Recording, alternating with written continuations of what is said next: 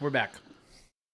And by back, I mean we're just starting. I was going to say, wait a minute. I mean, technically, we are back. About time Chris gets on. Oh, hey, whoa, hey, Christopher is early. I am on time every day.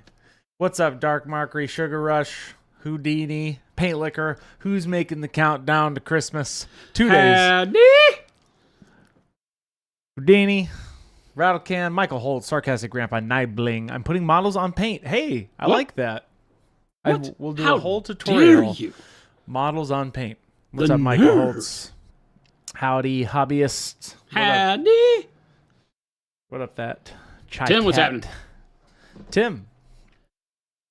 I feel like you're early, Tim. Tim is never early. Am I? I'm early. Or late. We're all early. I was early Now we're today. right on time. As of right now, we're right on time. According to the computer screen. According to the computer screen. We are right on time.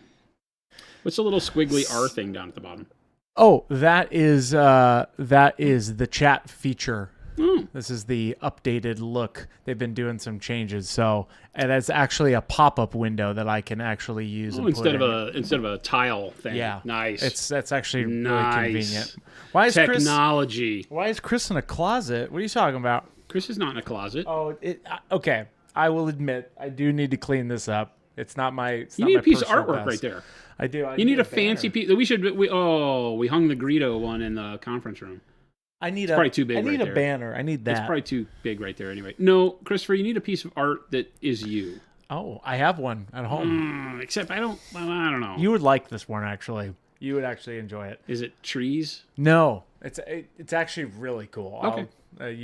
Chris needs a good piece of art behind him. He needs something that's indicative of his personality. It needs to be colorful. It needs to be inviting. Chris is all those things. That's right. Chris is the kind of guy that would call you up out of the blue and say, "Hey, I'm having a little get together over at the house. Hors d'oeuvres. Hors d'oeuvres. Hors d'oeuvres. Horse d'oeuvres. I do like a good hosting. Horse d'oeuvres. Dogs playing poker picture. Dogs playing Sarcastic poker Grandpa. picture would be fantastic. Actually, that's hilarious and awesome.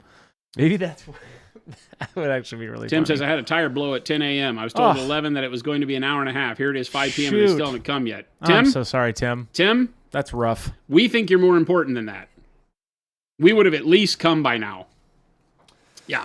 We might not have changed the tire, but we'd be there commiserating Tim, with you. we'd be there for you in spirit. We'd be there commiserating with you. Rock has a question right out of the gate. When doing non-metallic silver next to fire with some colors, what colors would you recommend doing for hotter tones? Your tutorial used a lot of bluer tones, but wouldn't that make it cool? Fire. So I typically pick the color. So the way that I paint, the way my brain works is that I typically paint the thing as if it doesn't have any effects on it at all. What would the thing look like naturally, right? And just normal lighting. And then I add the colors that would give it the effect. So what the fire is doing, if you have a steel armor next to a fire, you would put some warmth into the metal, of course, right? Something like how we painted this, where all of the armor on her was just painted in blacks and grays for non-metallic metal. And then we went back and we glazed the yellows and oranges over the top to make it all look like it had, the warm color of the flame. And you'll see I did that across everything from the brown gloves to the armor underneath to the, I forget what color, the kind of warm brownish padded armor that's under there, and then the metal, and then even the burgundy cloak. And her hair, right? Because her hair is kind of brown-ish. And then we just put the fiery color on all of that, face and everything. So I typically apply the effect to the unaffected model. So paint the model the way you like it. Mm-hmm. You don't have to do a tremendous amount of detail because you are going to go back with this other color. So it kind of lets you paint the model to like 75% done. Then you put the color, warm, cold, whatever your effect is, green, purple, whatever, plasma glow, whatever. Put that on there and then do your final highlights in a bright version of your glow color. Right, so in this case, like yellow. I think it'd be cool to do. And the reverse is true here, as you see It'd be cool to do a really high-level OSL style stream one of these days. I would like that. Yeah, I have a texture trainer I'm making that is all going to be about OSL. Oh, that would be perfect. She's holding a lantern. Oh, that'd be by perfect. Her face, like she's looking into a place. She got a pistol and a lantern. Oh yeah, that'd be perfect. Kind of neat. Spartan says, after Jason's discussion on dry and wet palettes a week or so ago, I switched over to a wet palette to RGG glass palette. Nice. It's really nice to change. Thanks for the advice. C Long says I enjoy d'oeuvres, but what's the other option? You like hors d'oeuvres? Cakes. There are no other options. You can have hors d'oeuvres and cake. And when can we get it? Says Sugar Rush. This mystery. Molotov, yeah, this was just a fun model that I did. I created the artwork, and then Mini Monster Mayhem Lee sculpted it for us, and we sold this for a limited time. Yeah. It was on sale for 90 days in 2021. We did 2 models every quarter, so for 90 days you had a different pair of models that were available. They're all just 3D printed. Yeah. I actually printed every single one of these models. I printed and cleaned every single model that people own for this entire thing. I personally printed them, cleaned them, and mailed them. Did you have a printer at the time? Yeah, we had the same print farm that we have now. Oh, it was different printers, all the EPAX printers at the time. But we had 4 EPAX printers that we ran all the time. Do you still have that? What? Do you have that STL somewhere? Oh, yeah. Oh, yeah. That'd be cool. And we've actually got the supported files and everything that we can print internally. We don't re-release them because we promised everybody they were limited edition. I remember that. So I remember. We're true to our word. We don't bait and switch, brug pull. Girl boss used to call canapes, canned apes. I miss that guy. Rip. What? How do you pronounce that? I would say canapes, but that's not right. Canaples? Canapes. I've got canned apes. I got a few. I still need to finish Santa. Speaking of Santa, welcome everybody. Get ready. No, that was perfect. That was exactly what I was looking for. Christmas is in 2 days, y'all. Welcome everyone. We have 2 days till Christmas. Hopefully, that's a lie. Hopefully, you've been on the good list. That's a lie. And by good list, Christmas. I mean not my bad list. It's not Christmas. It is not Christmas technically. But here at Monument, we will be celebrating Christmas in July. Mark it down. 2 days till Christmas. I don't know what to do with these round things. Are those supposed to be the armor color, or are they supposed to be like big steel plates? Here, put it. Which one you're pointing at? Oh. They're like bolted in there, so they could be like big steel plates. Are they holding that thing together? Well, I don't know what they are. I have no idea. It looks like a if you unbolt them, there's like little dudes in there that move the arms. This is left arm and right arm guy. That is an official doohickey. I have no idea. I don't purport to know what the hell these things are made of. Nibling, so is August 1st New Year's? No, we're not getting that crazy. I only get one of these. No. But we will be reviewing the July challenge on August 1st, not on the giveaway day. So keep that in mind for all of the Christmas-themed miniatures for the challenge this month.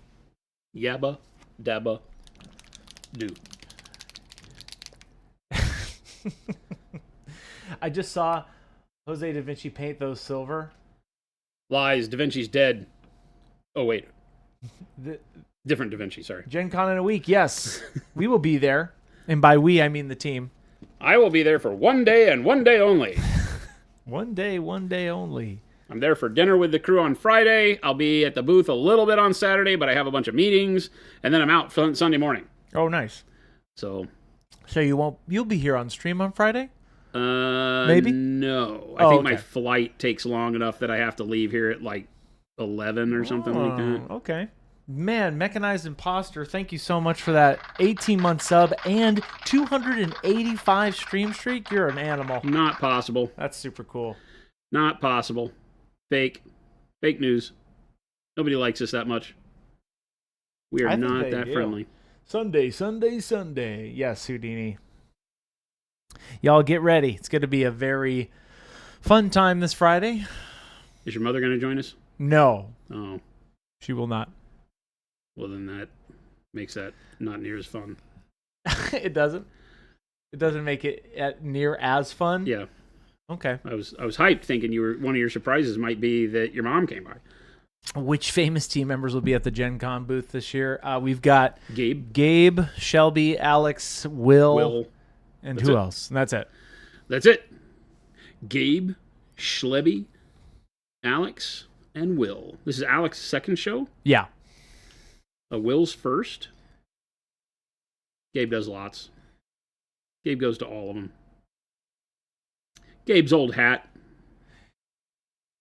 Mew says, you going to show off the painting faces paint work for the weekend? ? Oh, they're on my desk. What are you talking about? See if you can get somebody to bring the 2 little Ziploc bags with heads in them that are on my desk. That's the only industry where you could get away with saying that, by the way. Let's see. Everybody, let me see. Maybe Philip is out there.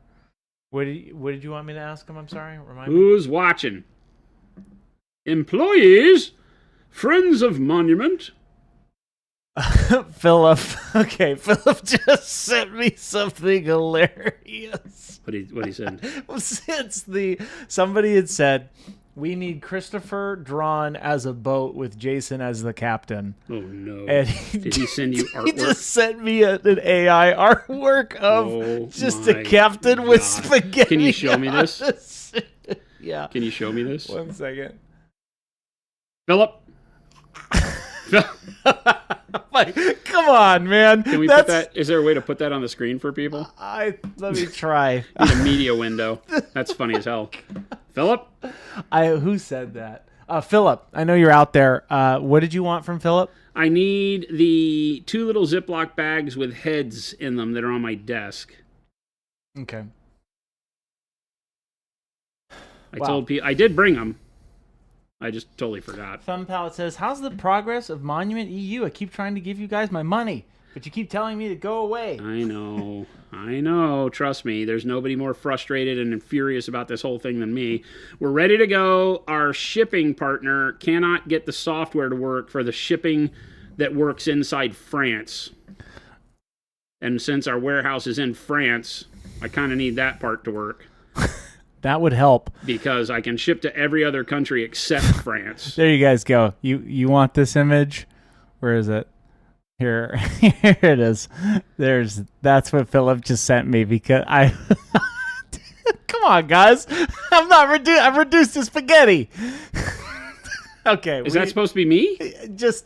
I don't know what Philip did. He just probably... I think that's me. That's you, man. And a boat, which is the people. Wait, did you prompt this? Yeah. Is he the spaghetti? I'm the boat. He's the boat of spaghetti. It's an Italian boat. You're my hero. Yes. Oh, we'll get him. Welcome. Bye. Good night and a half. Can't see it. That's so good. Oh my gosh, that's hilarious. That's so good. Great question. Ted Onion says, question for Chris. When cleaning Jason's glass palette, how do you get all the dried paint off of it? I take a big 10-gallon bucket. 5. Sorry, yes, you're right. Thank you. 5-gallon bucket. And then I douse it with Dawn dish soap all over the palette, and I gently add water to it so that it doesn't sud up a whole bunch, and just let it soak overnight. Comes off like a dream. I hate it when things sud up. I just got my dad to get that same glass palette. They're great. Yeah. Phil says my work here is done. Yes, he says that a lot, actually. Phil says that a lot. This was the face. Chat is the ocean recording according to the... Oh, what... Okay, Jason, tell us what am I looking at here? This is a face. It's a head. It's a head. But for what?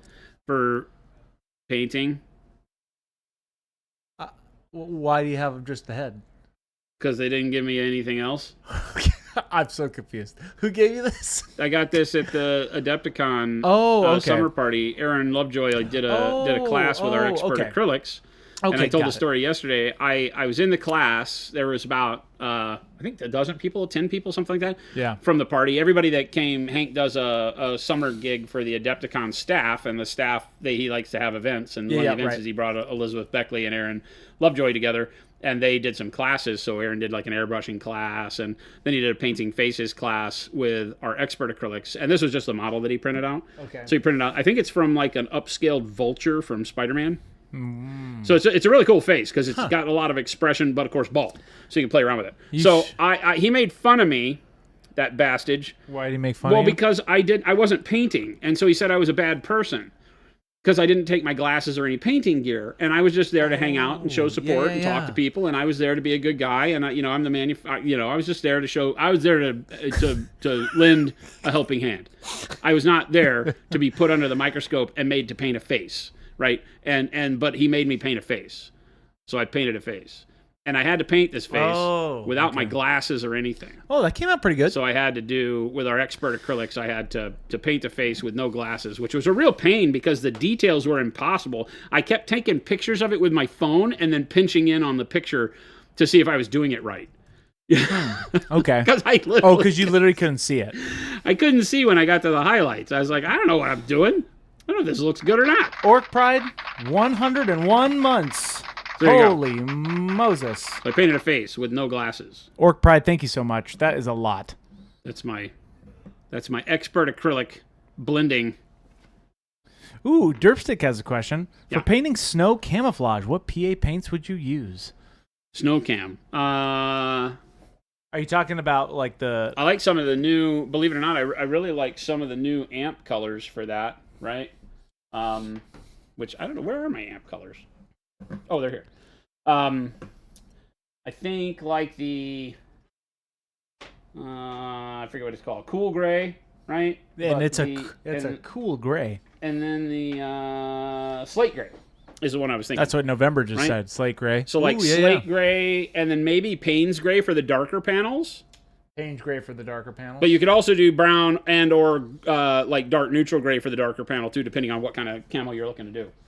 So, but slate gray I think is the one that ties it together, and then the cool gray for like the background for it all, right? Would be really good.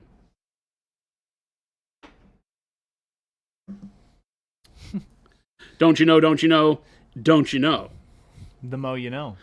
We know a Mo. Orc Actually. Pride, 101 months. That's a lot. It's a lot of Congratulations. months. I'm not even that old. And that's a genuine congratulations, by the way. Like, I'm not even that old, so there's no way he's been here that long. 'Cause I'm not that That's old. only 4 years old. What? That's 4 You years? said 101. Oh, no, he has a 4-year badge. 101 is, how many years is that? Boop, boop, ba-doo. It's 101. You just said so. No, not years. I said months. Oh, I see. Oh. Chris, That's you're ruining almost my 8.5 shtick. years. Oh, You're ruining my we need a shtick, spaghetti Chris. boat model to paint. False Nibling. I've been reduced to spaghetti. Perfect. We do need a spaghetti boat model. That would be great. I will make a texture trainer. Okay. Is the goop supposed to separate? I just received a brand new tub 2 days ago, says Dag. The new black container. Yeah. Just stir it up if it's seen heat. You can stir it up. It's ready to go.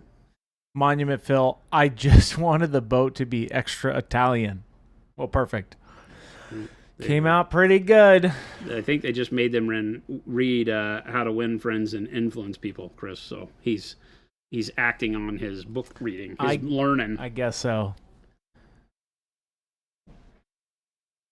November says, I recently ended up with some translucent plastic minis that I don't need for anything special and want to experiment. Do you think transparent paints might work well to play with? ? They were great. Done them Transparent down. minis. I would prime the model with matte varnish. Right? Yep. Seems weird to say that, but when you have clear plastic, prime it with matte varnish, and then use the transparents over that. The matte varnish will dull it, and then when you put the transparents over the top, you'll be able to see through it again really nicely. The only thing that would make that boat more Italian is the pinch fingers emoji. Philip, you got to send that to Kyle. He'll get a kick out of it. Oh my gosh. I know for sure he will. Welcome in, everybody. We're so happy that you're here. Where have you been? Where have you been, Chris? Where have I been? Yeah, how have you been? I've been okay. How about you, I don't Jason? think we ask you enough. That's okay. I'm doing all right. I'm always okay. You're always asking all of us how we're doing. That's right. How are you doing? I'm doing great, but the real question was, how are you doing? I'm doing this for you, doing Chris. pretty dang good. Good. Chris didn't talk to me this morning. So I I had to go didn't. hunt him down at lunch and be like, Christopher? I didn't do that on purpose. Christopher? I get focused and what happens? I get in the zone. Christopher, you don't care about me? Is that what this Well, is? I care. Matte varnish was my priming plan. Awesome. You just sold a set of transparent paints. Hey, that's what we do here in November. Give it a whirl. They're really great at doing things like stained glass. You know, if a lot of people will ask that question. We just answered it like maybe a week ago about Sisters of Battle painting Yeah. one of the, I think it's called an Executioner. I don't remember what their tank is called. That has like the organ on it, and it has like a spot where the sister sits, the one that's the gunner, and it's like got a canopy of glass, stained glass. And it always seemed weird to me that, you know, GW would do that to people. because nothing else in the world of GW has a lot of clear plastic associated with it. Dag says transparents are awesome. Yes, they're an amazing tool. And I just got myself an idea because I have the transparent golem model. Oh, for being invisible. Yeah, now I want that. I think we were talking about that a long time ago, making a diorama where the only painted thing is the terrain. And then is the terrain clear as well? No, the terrain, yes. What he's standing on, which I thought was the most interesting choice, they connected him to a rock, and the rock is also transparent. That doesn't make any sense at all. It's extremely odd. So now I have to either decide to cut him off the rock or paint very carefully, and it's so hard to see the model. It's a very interesting choice. Yeah. I'm not sure I understand that one all the way. I truly, when you look at it, you're like, huh, I don't know if somebody really thought this one all through. That was a manufacturing decision. Yeah. That was, in order to do this in 2 types of plastic, it cost double the amount, kind of a thing. Yeah. So somebody was like, nope. Zero Soft asks, hey, welcome in first chat. How are you doing? How would you do 1,000 Suns Marine? ? Are we talking for color and what? Like 30K, 40K? You want the turquoise kind of coloring, or you want the 30K red? If you're talking about the turquoise 40K color, I really like starting with dark purple. If you hang out here long enough, you'll know that I love hue shifted cool shadows. So dark purple, it's the reason why we use Payne's gray on this guy for the shadows rather than, a brown or a dark red. So I love dark purple for them, and then just into either dark blue or gray blue, and then into turquoise. I think the blue, our standard blue, works really well, right? But all of the shadows on this guy are done. Can you pop in real close? Yeah. All the shadows on this guy are done with Payne's gray, so you get that nice, cool blue shadow that doesn't stand out as being blue. Yeah. Right? And then we go into dark plum, and then we go into the red. And so we get red armor, but it has nice, darker shadows to it that actually have a temperature cool nature to them. All right. I have some feedback. Feedback? Yeah. For what? Dad just texted me, hey, Chris, I'm really liking the brown earth fine mud. Random? Yep. He's painting his tank right now. It's coming out pretty good. Awesome. I love that he's so into painting that tank. Did he have fun building it? Yeah, check it out. When you get a second, look at that. Chris's dad is doing a king. Ooh, he's doing the really good PDOT camo. Yeah. I like it. Yeah. Very cool. Here it is, chat. Dad's going all the way. That's what it's looking like right now. Yeah, he's doing a king tiger. Not a small model to you know what? Let's build a tank. You could buy an M3. Yeah. Or something small. Yeah. A Stuart. He went all in and right he bought a king gate. tiger, 35th scale king tiger. That other stuff's for wussies. That's great. T-Schmid, how you doing? What's going on, T-Schmid? How's everybody doing on this magnificent whatever today is? Wednesday. Zero Soft says, so your red scheme will work for 1,000 Suns, but just add gloss varnish after, I'm assuming, ? I don't like the gloss varnish, believe it or not. Okay. I'm not a fan of that metallic way, but you could. What way are you talking about? If I were going to do that, I would mix metallic medium into my colors. Yeah. Probably my topmost color. So if I were going to do red, I would do it like this, and in the bold pyro red, I would mix it with the metallic medium. Yeah. So that my first coat or my last coat of red would have that metallic shine in it, and that would help a lot. I don't like gloss varnish because, again, there's areas that you don't want gloss. You don't want the shadows to be glossy, and yet when you spray gloss varnish on everything, even the dark spots are glossy. The shine really only happens where the light reflects. So gloss varnish, while it makes the model shiny, it makes the model shiny in places it shouldn't be shiny. Because it's the thing that I talk about that may not resonate with everybody, but when we're painting a photograph. It's a 3-dimensional photograph. It's a slice of time. The model doesn't move, time doesn't move, action doesn't move. This is this model at this fraction of a second in time when the photo was shot. So the lighting is locked where it should be, doesn't move. So if I gloss varnish something and I move the model, the light moves. Yeah. And that makes it not a photograph. That makes you not in control of telling the story, because if the light can move, then you can never show off what you did, because it'll be different in every light to every person, the way they're holding it, the model will look different. which is why you don't see me use the gloss varnish very often, except on like eyes and tongues and blood piles and water effects and things that I know I want to look wet. So yeah, that's my thinking. You could add the metallic into it on just the top area so you have that shine, and that would look really cool. And probably work really well. But be careful when doing your whole model in gloss. I see a lot done like that, you know. And like Jordan did some of his 30K, what did he do? 30K? Yeah, his 30K Alpha Legion. The blue guys? Yeah, the Alpha Legion, and he put gloss varnish on them. And it's just something that I'm not a fan of. Derpstick says, planning to get Eliminator Space Marine snipers, and I want to paint all 3 cloaks in different camo colors. I'll use desert camo workup for the short you guys made, the forest camo workup that Baby J did, and I'll use the cool and slate grays that Jason suggested here. Awesome. Would bright neutral gray work for the white parts?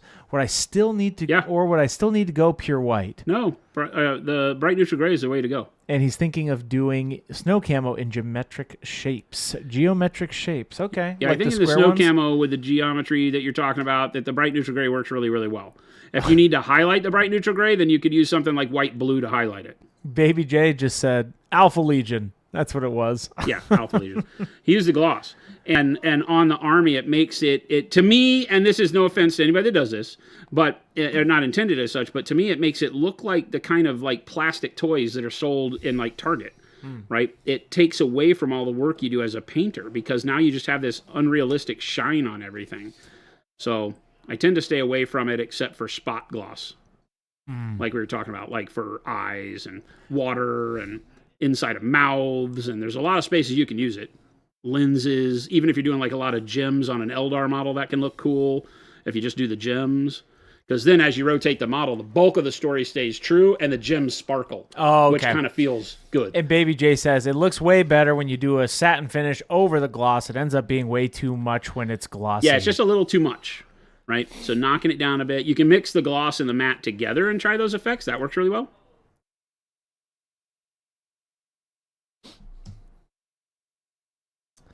Hopefully everybody has got a hobby project going on. I just finished my kill team last night. I've got to finish a couple more tufts on the bases and paint the paint rims, and then I'm done.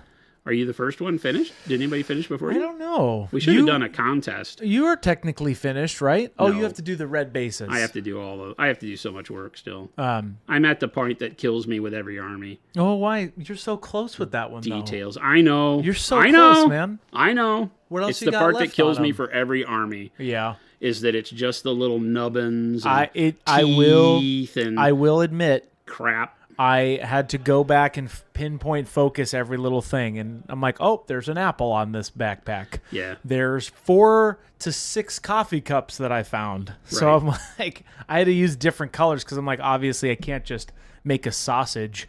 Speaking of Jordan, that's where I get so jealous of Jordan. Jordan just nails it. He just goes through and the model's done. And I'm like sitting there going, I don't want to paint all this crap. And I look over at him, he's like, done. Unless it's Horus, and then he doesn't finish. You didn't finish Horus? I thought he did. Oh, That's the long-standing joke. Looks like it's so good. Looks so good though when you paint all the little bits and bobs. That's right, Baby Jordan. Well, it is. It's that's the way you have to do it. And I just get bogged down. Just me personally, I Baby get bogged Jordan. down in the monotony of those things. I just call Baby Jordan. Baby Jordan. Baby Jordan. Adult J Cabana. Adult Hey, J Gabbana. let's get a round of applause for Baby J. The man, the myth, the legend. Baby J made me want to buy Prussian Blue again. I already have Prussian I already Blue. have it, but I wanted to buy it Like, twice. oh, that's really cool. All right. I don't know what all this crap Baby is. J says, nah, that dagger was done. I don't know. Nope. I will not mediate. Incorrect. I will not mediate this argument. Incorrect, and everybody knows it. Yeah, I've got to matte varnish the kill team, and then I'm done. And then my rattlings are done. I am looking for a single Ogren. I should have one. They're just fine without one, but I'm gonna add one for a tank, I guess. I think that in sci-fi land, all of the Hobbit They have to have kind of one guys big have thing. to have an ogre. Yeah. In fantasy, they have to have like a tree or a troll or something, right? They have the trees in Blood Bowl, right? Yeah, they need to have something big. Ugh, I want that freaking tree model, that new tree model that's coming out for Blood Bowl. Dang you, everybody who makes tree models. I mean, you can get one. No. You're an adult. Well, it hasn't come out yet. Oh. But I shouldn't, because I don't need it. Do you need any models? I didn't think this was a hobby of need. I thought this was a hobby of want. Wait a minute. No, this is a hobby of need. Okay, just checking. You're correct. Whenever there is certain models I want, but when the model is a really dope tree hero, I need that model. Yeah, there's a huge difference. It becomes a need. That one becomes a need. Okay, understood. Smelly fellow, welcome in. If y'all have questions, be sure to tag Monument Hobbies. I'm here for you. If I missed any, send them away. So I am going over with Payne's Gray all the bits that I'm thinking of having be silver. Yeah, or I'm sorry, steel. Yeah, steel kind of. Okay. Coloring. Right. And why did you use Payne's Gray over like dark purple? Payne's Gray is already a shadow color here, Mm. so I think it works a lot better. Smelly fella, great question here. How well does your gloss/matte varnish hold up against enamel washes on scale models? ? I mean, if you let it cure, it shouldn't be a problem. Depending on how heavy-handed you're going to be rubbing things off with mineral spirits or lacquer, cleaner or whatever. Mm-hmm. That's your big problem, right? That's where acrylics start to give up the ghost sometimes, is if you're not careful with how long you let it cure. But if you let it cure to, full hardness, then you should be fine. Should be good.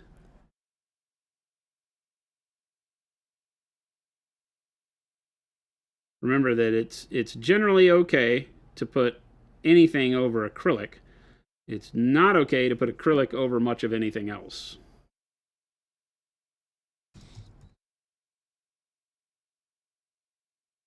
Because the acrylic will dry faster than most everything else that you put.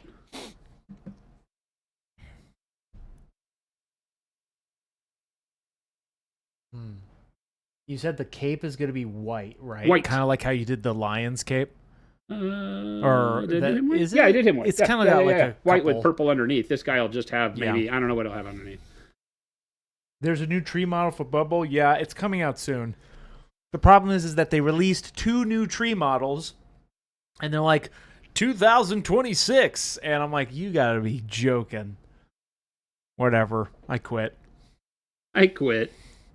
That's it for me. Like, what kind of advertising is that? Yeah, That's like it's when so you see dumb. the new movie that's like, It's like so if they were dumb. for me, if they were to come out with something really rad that I've been waiting my whole life for, Yeah. and they're like summer 2029. It's like third quarter of 2026. What do you mean? Like, why would you do that? The FOMO is I don't real. know. Smelly fella, how long does it take your varnishes to cure? ? Well, I would leave them 24 hours if you're going to do processes like that. It doesn't mean that you couldn't test an area and get going a lot quicker. They'll dry inside half an hour. And then depending on what you're trying to do over the top, I would do like a piece of sprue at the same time that you varnish the model. Yeah. And then test it along areas of the sprue with the way you plan to use your enamel or oil washes. Mm-hmm. And when it works on the sprue, it'll work on the model. Can you center up a little for me, Sorry. Jason? I'm rotating the model in weird ways here. Yeah, so you say 24 hours for it to fully cure. Typically, yeah. Okay. For enamels, though. Yeah. Okay. I guess I'm not really familiar with enamel washes. Same concept as oils. A little bit more workable. Move them around and clean them and erase them with mineral spirit or lacquer thinner. Okay. Kind of a thing. Lacquer thinner. That's an interesting combo of words. Lacquer thinner. No, I've already used I already have too many trees for my halflings, and I used Treebeard technically as a tree lord for my Sylvaneth army. So instead of buying more tree lords, I bought the 3 Ents, and those are my tree lords. Well, that's right. Yep, that's I've painted Treebeard. Treebeard's an amazing model, so I want to repaint them when the new one comes out because they announced another Ent. So I'm gonna rebuy those Ents and make an army for them, and actually, but take time and paint them. Yeah, up. his Age of Sigmar stuff is all Lord of the Rings. Yeah. Little Billy says, speaking of interesting word combos, Chris, You're fired. you're fired. False. I'm still here. You have to drag me. Chris isn't going anywhere. Chris has got a ticket to the ball, baby. A ticket to the ball. I have a ticket to Christmas in July, and that's this 25th coming up. 2 days till Christmas, everybody. Tomorrow's Christmas Eve, technically. Get ready. It's going to be fun. It's going to be something. Aardvark Pepper says, Rogue Hobby set can be used for mixing. So 100%. So brown is just desaturated orange and gold. Oh, I see a top question here. So brown is just desaturated orange and gold is a yellowish orange question mark? Wait, what? Let's go back up. Let me Trying to make brown, you can make brown from orange and black. Yeah. Makes a really good brown. So brown is just a desaturated Add yellow orange into that and to warm it gold up. Is But typically start with orange and black. I see. Here's the question. So brown is just a desaturated orange, and gold is ... a yellowish orange question mark? I figured it out. Gold is we're talking about gold as in metal, or are you trying to create about the color? Warm gold or anything? It's yellows, and then like we're doing here, all of my gold is going to be over green. Oh, right. Non-metallic metal version gold. Yeah, so I mean, like for what we're popping close, I mean for what we're doing, that's what all the green on this guy is going to become is this. So it's just dark yellow, green, yellow ochre, pale yellow. Yeah. Bright pale yellow is all I'm using here. So that's a way to do gold that feels a little bit more real gold. You can do gold that is more orangey. I like the way Jordan tends to do his gold in kind of that comic book style where it has a lot more warmth to it. So he'll start with browns, like warm browns underneath. He might mix in a little bit of transparent brown, and then he goes to more of like the warm yellow into the pale yellows. Mm-hmm. Right? So you can get a neat warmer orangey feel. You can use burnt orange in that. That's a hero. Right? So that's a hero style gold, right, Jason? Yeah.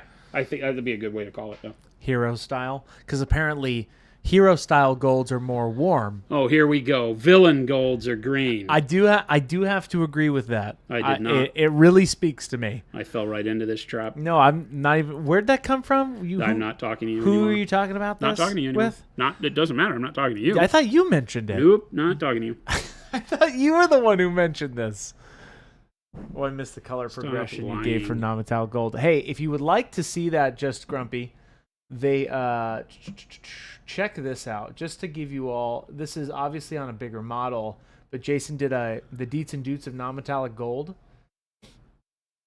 and this will really give you a really good concept of what Jason's just talking about, working up from that green, right?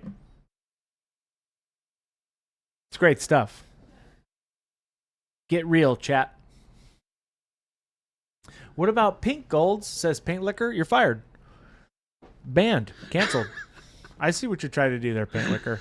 Banned. I love it. What is it? You're out of here. You're banned. It's as easy as that. And It's a right click right here. Boom. And I would never do that. You're out. No. I wouldn't do that to you. I'm going full bore. I'm going to paint these hinge parts like they're steel as well. I'm going full bore. If you're going to go... Jason 2 days from now is like, why did I go full bore? Yeah, this is going to be a disaster. But, you do it for the model. Ooh. You paint the model the way the model wants to be painted. And this model wants the hinges and the spots and the doohickeys to be... Obe Painting says, what PA paints would you use to make Urukai skin? So one of the greatest things that I've seen in a while is where Aragorn is talking to, I believe it's the king of, or the Rohirrim, right? Yeah. The Lord of the Rohirrim and Gandalf. Theoden?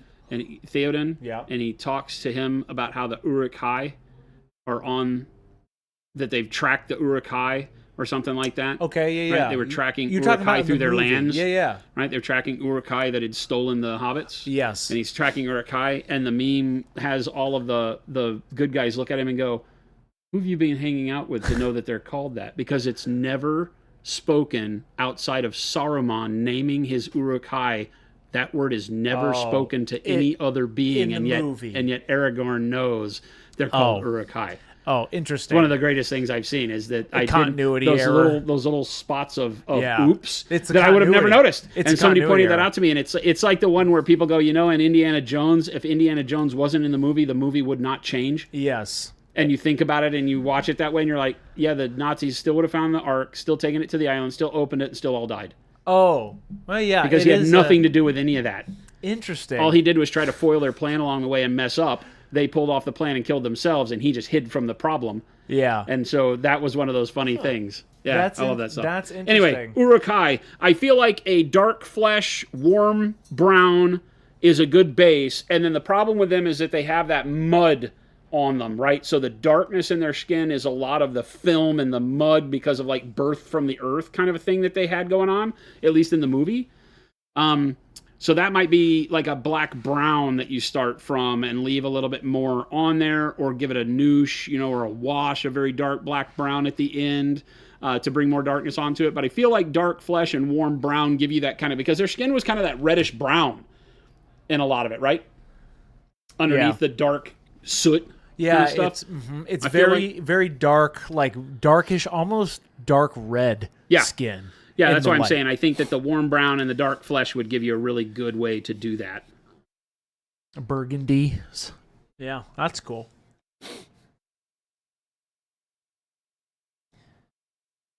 Panic Bomb, welcome in, everybody. Just a friendly neighborhood reminder to put the 25th down on your calendar. This Friday, we'll be having Christmas in July giveaway special. It's going to be a fun time of merriment and holiday cheer. I claim no ownership over I this think entire you will have a idea. great time. I think we'll all have a great time. I claim zero ownership over any of this. Also, we will not be, and I'll remind everybody in Discord tomorrow, we will not be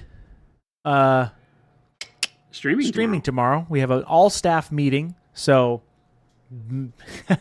show back up on Friday, though. It's going to be a fun time. George is asking again, do you guys have any color recommendations for Thousand Suns? We were just talking about that earlier, George. A lot of Thousand Suns questions. Are you talking the turquoise one? Question mark, George? Yeah, we threw the question out there whenever anybody asked this, if you're talking about 30K or 40K. Oh, right. I guess what's the difference? Is there a big difference? Yeah. In color? Yeah, 30K Oh, I is didn't red. realize that. Oh. 40K is turquoise. Oh, 30K is turquoise. No, 30K is red. Oh, red, sorry. Yeah, they were kind of this ruby red. And then for some reason in 40K, they all got together, and because this is what Chaos does, they selected that they thought they'd look better in turquoise and all painted their armor. T. Schmidt said, don't forget, chat, Adepticon hotel blocks go on sale tomorrow. T. Schmidt. They went on sale today for us. Ha ha ha! Don't make me think about that right now. Think about the fact that everybody will now be mad at us if they can't get hotel rooms. Those damn vendors took them all. Oh, 40K Thousand Suns, George is asking. I mentioned that I like dark purple as a base. Uh-huh. I'll pull the colors out. Yeah. So I think that dark purple as a base is great. Yeah. I think that go over the dark purple, depending on how much you want to do, I would go and do a mix 50-50 blue and dark purple as your next color, then blue, and then I would just move to turquoise. right? Dark turquoise. Ooh, right? man. Bam. You know, freak, man. There you I go. love dark turquoise. Is one of my favorite colors. Yeah, and you can highlight with turquoise if you want, or even bright. Freaking love Right? dark turquoise. You can do your edge highlights with that if you need, Yep. which would make it neat, depending on how shiny you want it. But I like that. Zero Soft, you start dark purple with everything. You could just dark purple is the magical color. It is great for everything as a shadow color except for Purple. purple. The only thing you don't paint dark purple as a shadow for is purple. You use dark blue. Dark blue, like a Payne's gray. Yeah, like Payne's gray, like I'm doing right now. Would be perfect. Kruger says, I got Age of Sigmar Blades of Corn Army, and I'm going to use your references to paint miniatures the same way. Nice. Derpstick says, would dark turquoise and copper combo look good? Been thinking of painting a box of Chaos Marines in that color. Yeah. Heck yeah. That Copper is blue such and that kind of orangey red of copper would be really cool. Because turquoise is more of a bluish green, greenish blue. Well, why wouldn't you use dark purple for purple? Asked Rolled Matt. That's a little too much purple. So, well, right? Around here I will teach that you're much better picking a color that is not in the same hue as the model you're about to paint for your shadow. And because you typically want shadow, now all of this is very 50,000 foot generic speak. First, that's what I want to tell you first. There are no hard, fast rules. Do what you want, okay? Yeah. But I do not believe in the standard methodology of saying that you should paint everything in triads or whatever, people want to call it, where I start, and if I'm going to paint red, I paint dark red, red, and then bright red, right? I'm a proponent of making sure, like on this model where we're painting red armor, that what we've really done is we've painted a very dark blue shadow with then a more purpley, dark plum midtone, and then the red over the top of that. Because if you look around in the world, right, it's very rare that everything is one color family. A red t-shirt exhibits lots of colors in it. Right, a black car has a lot more colors than black when you look at it because of the environment around it. The temperature of color is very important. And so when painting, shadows they trend to be cooler, right? I mean, just think about it. If you want to combat the sun, go stand in the shadows. Yeah. Right? The shadows tend to be cooler. And so if we think about it in that term, it makes it perfect for us to cool the shadows down in color temperature as well, meaning go with something like a blue. Purple I love because it straddles the line. Purple can be warm with its red component, or it can be cool with its blue component. It depends on the color you set it next to. If you put purple next to red, which red is a very warm color in most cases, you put purple next to red, and all of a sudden the purple looks cool, temperature-wise. If you put it next to blue, it looks warmer, but still maintains a good shadow color. So on purple, you lose that ability. It just becomes the color you're painting the model. Yeah. If you do blue, then blue makes your purple look a little more red and allows you to put color temperature and play that game in the shadows as well, which is really cool. So hopefully that helps. Whenever I'm painting purple, I paint blue. It's the Hulk that we did. Oh, yeah. A lot of times I paint all my shadows first with purple, but because the Hulk's pants are purple, we based him in Payne's gray or dark blue. I forget which one. But we used a blue as the shadow so that it would work well under the purple, and it'll also do great things underneath the green skin, right? So we can do that and get a really good contrast. Whereas if we'd have done purple over the whole thing, then you make it seem like if you're painting something purple, it's like a reflection on the green, and it doesn't make sense to the brain. So do something that's counter. Then blue. Like if you're painting purple, use a dark blue. Nicholas has a great question.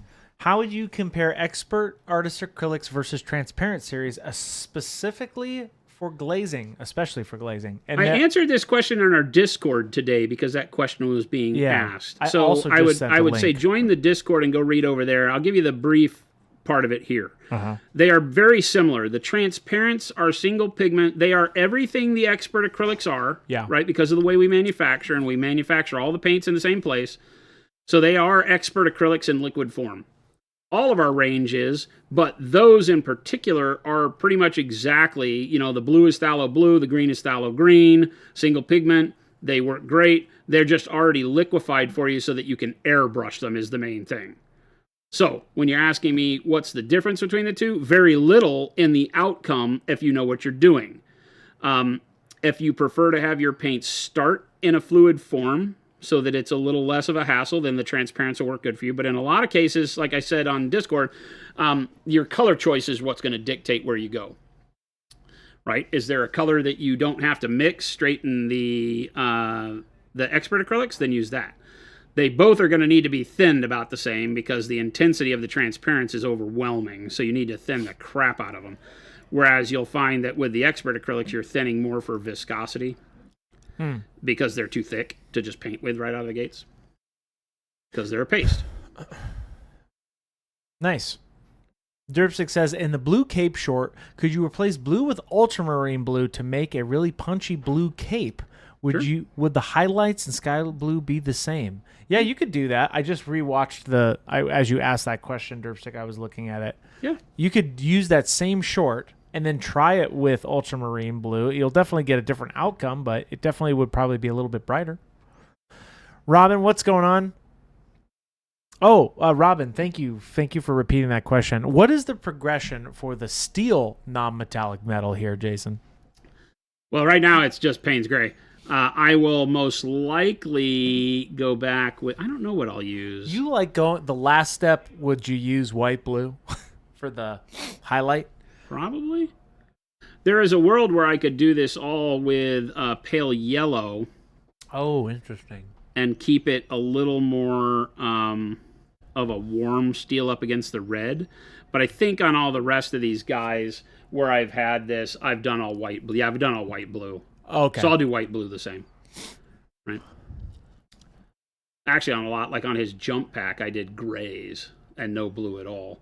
But he doesn't have a lot of that. Right. On the back of the shield, Payne's Gray into white blue and not a lot of the mid-tone blue. So that's what I'll do.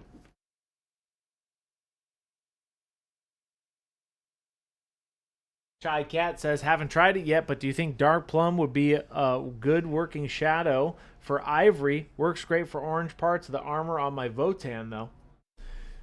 Yeah. Yeah. Dark plum and dark purple, right? There's just a little bit. Dark plum is a warmer color. Yeah. So your ivory, if you're using it underneath it, is going to have that warm shadow, which I think could look really cool. Depends on what you're going for.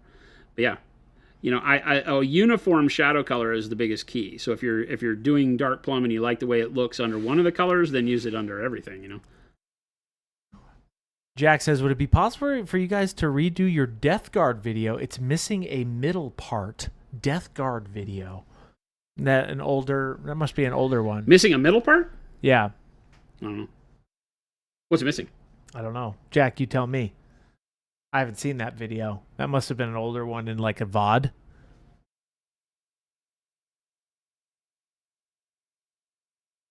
Could be. Like a VOD of the stream. Yeah, maybe there was. When was the last time you painted Death Guard? Long time. Speaking of a long time. Welcome, everybody. We're so glad you're here. I feel like the last time I painted the Death Guard was when we did 5 noosh. years. Well, Jack says from 5 years ago, it's the weathering. Now, Jack, you could go and watch the Noosh video. I don't think I show on the Noosh video how to paint the Death Guard. I just start with the model. Old Twitch video, he says. Oh, yeah, it's an old Twitch video where we did the original color scheme for them. Oh, okay. And the last time I painted it was that new kill team is Death Guard. Huh. That was the last time I painted one was when I did the Contemptor Dreadnought for doing the Noosh on. Yeah, check out the Noosh video, Jack. You might like that one if you're talking about the weathering part.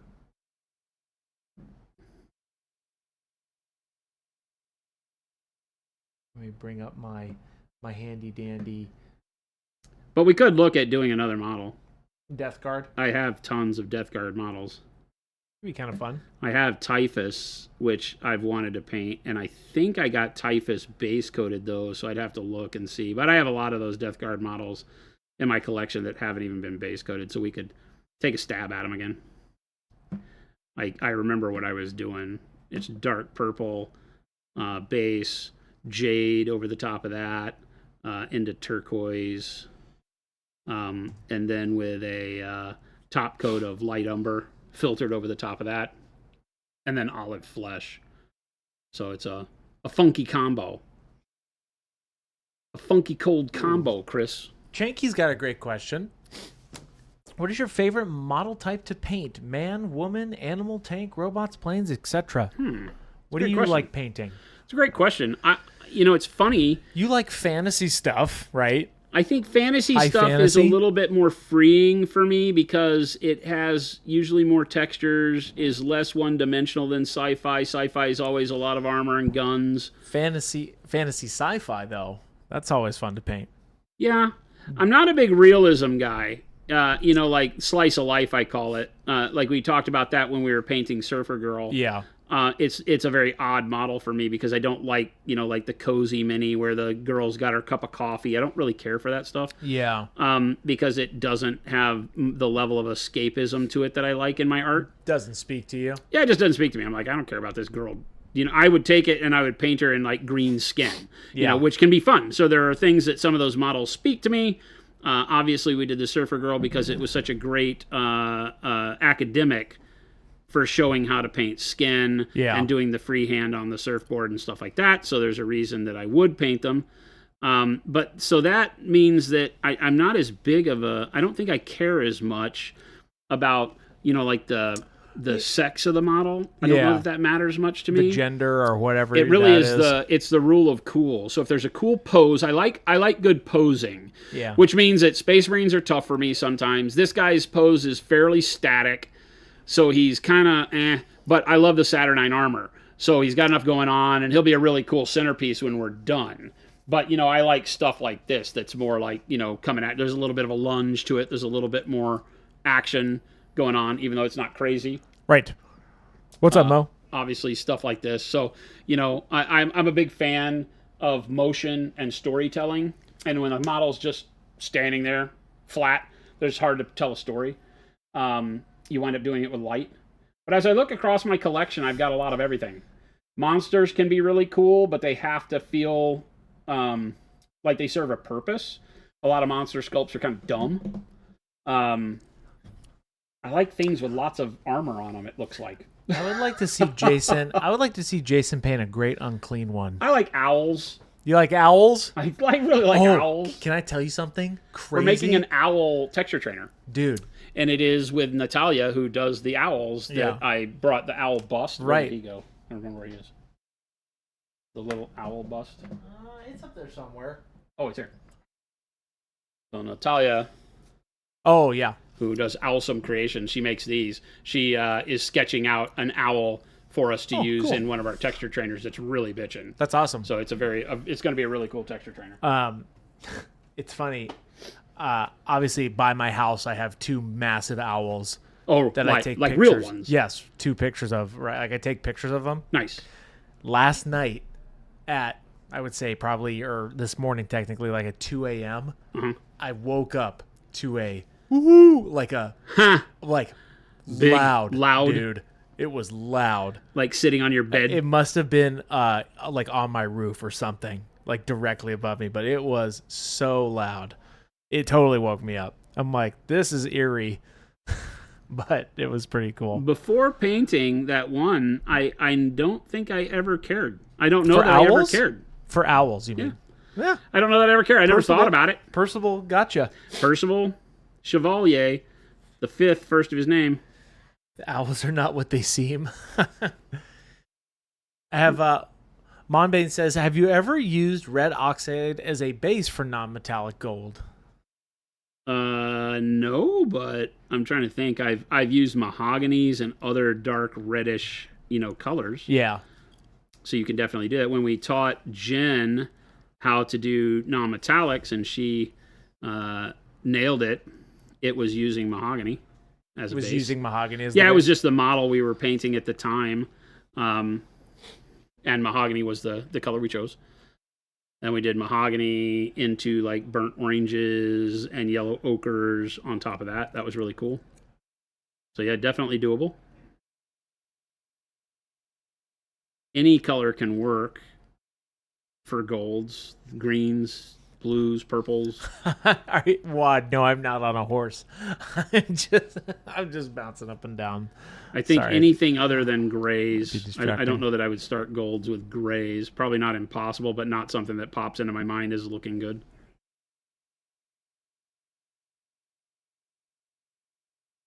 Yes, I'm on a very bouncy chair, not a horse. Do-do, do-do, do-do, do-do. He's on a pogo stick. Very talented. If I'm on a pogo stick, I have the best balance in the world. Yeah, I told you, he's very talented. Have I told you about where I found Chris? Where'd you find me? You were bouncing on a pogo stick, teaching Tiger Woods how to play golf. Definitely wasn't doing that. Definitely wasn't doing that. He would tell Tiger Woods that balance is everything. And I think, if I'm not, you can help me out here, Chris. But I think boy. that from the attention that I pay, because I love what you do, so I pay deep attention to it. Man. Is I that don't think your so. ability to teach him the balance of the putt All right. Okay. by having him do the None of this is real. What are you the trying to pogo say? stick Yeah, the pogo stick. while golfing, I think was brilliant. Yeah, that's that. He didn't talk about it near enough. You don't get the credit I don't need that the I credit. think you command. I don't think. So I think need you should credit. probably go back and revisit that whole contractual thing, because I feel like somebody's probably not living up to their obligations on that one, Chris. Well, just to be clear, I did not coach Tiger Woods. I have no involvement with Tiger Woods. And He's a very modest man, this false. Chris. These are lies. Smelly fella. You're not modest? I'm a modest man. Hey, you know what we didn't do? What do we not do? Taco Tuesday and Los Dos is open again. Los I'm Dos mad. is open again? Yeah, and I'm very mad Why at you. were they closed? Yeah, they close for 2 weeks in the summer. They take a big family vacation. Oh, that's kind of fun. Bastages. We'll have to reconvene. Notice how he didn't say when, chat? Maybe next week. Maybe next week. Maybe next week. Maybe not next week Maybe is what we that do said. next week. Maybe we do a little of this. We do a little of that. That's not very We got to get you to finish your kill team heartwarming. so we can go there, play Chris. kill team. Yeah, that was gonna be some weekend coming up, but I don't remember. Smelly fella just said, just bought the glass and just bought the gloss and matte varnish. What's the best ratio of water to varnish for airbrush? I spray it direct, no thinning. I would implore you to try that first. Yeah. If you have to add a little bit of water, no more than, probably 3-to-1 varnish to thinner. You want way more varnish than thinner. Otherwise, you start knocking down the ability for the varnish to really have any good action on the color. So just be careful with that. Game delay. Chris is Blue Billy says Chris is too humble to admit it. Tiger is a good friend of mine that holds Chris in such high regard. False. Little Billy says I may hate Chris, but I'm 100% certain he's a golf legend. Golf False. legend. I am not. Legend of golf. I do like golf. I am actually getting more into it. It's Humble. actually very, very Humble fun. man. False. Very humble man. I just got some new clubs for my birthday, and they're From amazing. Tiger Woods, by the way. Not He didn't from tell you Tiger that. Woods. Bach showed up here at the office and blew all our minds. False. Said with much love, Tiger. We're like, wait a minute. What does that even mean? You Oh try my to tell us gosh. that's Tiger Wood next. And he's like, None of this. I'm not keeping my options open either. Game Delay says Chris was doing all that, and Jason came up saying, "Do paint some minis with green rims." Uh-oh. So He does say that. I don't know if it was this morning or yesterday. I think it was yesterday after the stream. What's that? I found myself walking through the office. Saying do. So I walked through the office. Oh boy, And I was singing you were as I walked into the admin area. okay. And my singing was you You do these or things. something like that. I don't make this stuff up.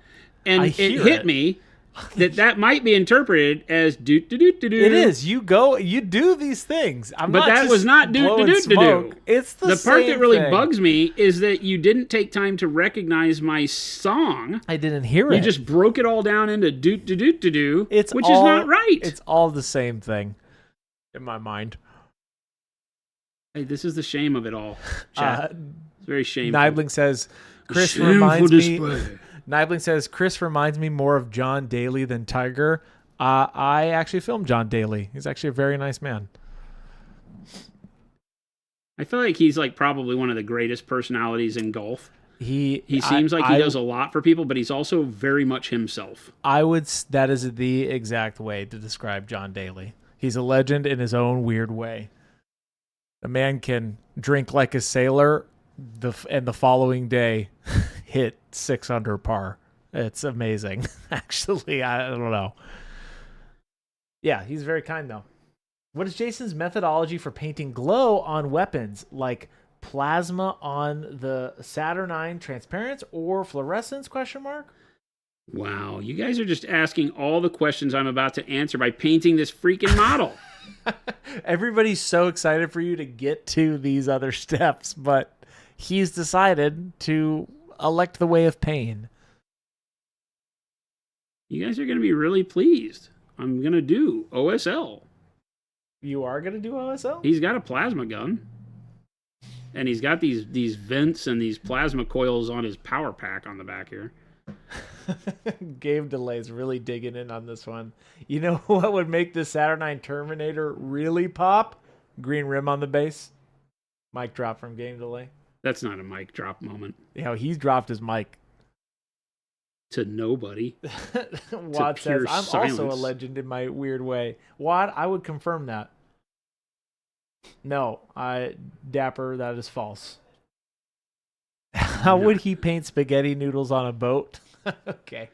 For all who need to see that image, there you go. That's me, and that's apparently me and Jason in some life. That's so great. I'm captaining the boat of spaghetti. Who am I delivering that spaghetti to? No, Is nowhere. that an outreach program? You're delivering the spaghetti. Is that like an outreach program for I don't know. Chris needy is the kids? Ship. Yes, I am the ship. Little Billy. That's Game my Delay story, and I'm says, sticking to anybody seen my mic? I dropped it somewhere. That's funny. Was that battleship in the back a spaghetti war? Yeah. Was that it? No, here it is again for you, Mo. So somebody earlier today said, what we really need is a cartoon or something of Chris of a boat and Chat's the water, and then Jason's the captain, and then our favorite person, Philip, AI generated this. Our favorite person, Philip. I love how blunt he was. Our favorite person, Philip. This is the only time that AI generated art is acceptable in my mind, because this is just so. Our favorite person, Philip. He's just so silly. Pro Pasta Grill. That's hilarious. It's just. Oh my gosh. AI is in the background like, what the heck? What are these people doing? All right, you asked for it. Mo said, I'm all about it. Make it a miniature. No, this is a Can you imagine, like, we have this world famous miniature line that's all based around silly AI chat stream prompt character. AI chat weird prompt requests. Oh, no. We would never be able to get away with that. Oh my We would all go to gosh. jail.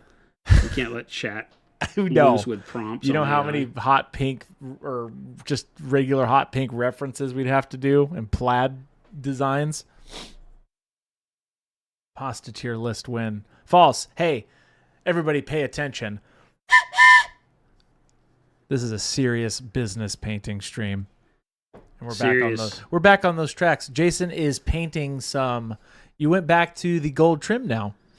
Well, I'm Or the noticing bits. as I'm moving around with the silver that there are areas I don't want to be silver. Are you gonna do the gold on that bird in the back or that eagle or whatever? Yeah, it but is? I'll do that after I do the white. Now, is that gold? Would you do that cloth gold? I will do it in a different kind of gold. Oh, okay. I will do that in gold that is probably more orange. So it's like thread. It's not real gold. Yeah. As opposed to all this metal. Right? Because I've got hard surface gold that I've painted with the green. And then we'll do the rest in another way. All right, I'm pretty good with that. Yes. Het will work. For all of you who haven't seen it, if you go back in our VODs as well, right, you can watch Jason do a marine workup That was pretty dang good and pretty dang quick. So go check that out. This guy. Yeah. We're actually editing that tutorial as we speak. We got some really good contrast with, I would say, 90% dry brush. Most of that model was dry brush, and then you just Probably finish it about off with 80 or details. 90% dry brush, and then just the trim and true some details are metallics, done with too. brush. Yeah, true metallic. I don't really do true metallic very often, but I really like the way that came out. Came out good. great, dude. Anyway, so we're making a tutorial on that very soon. I would own an Ultramarine army, and I would paint them all that way. Oh, it's fun. Yeah. Just the technique of it. I was thinking about that. Turned out really good. That chaos bowl thing yesterday again. I'm like, ooh. Oh yeah, definitely. Maybe I just buy the bowl. Titanium white, people. Why are you going this? What are you doing? Titanium white. What are you doing? Painting white. Wait, but we made a whole video. Oh, I see what you're doing. You're doing a glow, huh? Painting white. Oh my goodness, you're just whitening it up. So talk to me through this. Why are you going straight Very white? rare that you use pure white, but lighting effects really want to be based in pure white. They want to be as bright as possible because a lot of what we'll do is put, transparents or glazes over the top to give them color. Okay. White is the color that you need to be using to generate directional lighting, to give the idea of light source and things like OSL, the plasma coils on your guns and things like that. White is the color. Okay. Don't use anything else. It's one of the few cases where you hear me say this. Okay. Where generally I'm like, find something white adjacent. Okay. White is your go-to for all these things. So I thin it down so it flows and I can get in the crevices and everything, but we just want blow white. Why right now in the process? I'm just covering up stuff, and I thought it would be fun to put okay. some white on here because these areas are really kind of nasty over spray. Okay, gotcha. I was thinking of what you normally teach is you paint from the bottom layers to the top. Yeah, right? and I should have painted the white before I did the Payne's Gray on this particular coil, which is why I'm doing it now. Okay, got it. So that if I have to go back with the Payne's Gray, I can. Call Me says, will you paint some opaque paints over it? ? Not opaque. I'll paint transparents over it. Kaido said, let it be known, on this day in history, white was painted on a model on stream, and I was here. You were here for it. Take it down. Take notes. We make history every day. I've mentioned that in the past. Not many people named Chris and Jason at 3:12 p.m. Mountain Standard Time Call Guinness. are painting live Call Guinness. at this very moment. And it's more dramatic when I can say he's painting a little piece of poo, but you guys get the idea. We're glad you're here for it. Oh, because the whole these are the little jet packs too, right? Not jet packs. Terminators don't have jet packs. What they have is Exhaust? like power exhaust ports. But this guy actually has like it's like thrusters. No, it's like War Machine. He's got like these plasma coils or something that are magical energy. Yeah. Well, what about the vents? Are you going to paint the vents? Yeah, that the vents will too? be done in OSL as well. The vents, I have a feeling I'll do in more of a traditional like warm fire color. Okay, not the blue like the other guys. No. Okay. No. Nice. Because it's exhaust. Got it. Because the other one's It's not jet. It's not a jet nozzle. Gotcha. It's where the heat escapes after these things that I'm painting now make power to run the suit. Yeah. And then the exhaust is just burning off hot air. Got it. In my head cannon here. D Fresh, I'm holding my breath while he's doing this. Don't hold your breath. Vulcan made this stuff. It's going to be science magic, says Mo. Oh yeah. I made this stuff. I'm in 40K lore. Let it be known. Incorrect. You don't even know 40K lore. You don't even know, man. You don't even know. I'm the Emperor. Are you? I've determined it. Okay. I'm down with this. We can run with this. I am the Emperor, and I'm still. Chris is the Emperor of mankind. I'm still living because the orcs on his throne, and the only reason he's alive is because the orcs think he's the most amazing thing ever created. That's right. The Wa continues. And the Wa continues. And I'm alive because of it.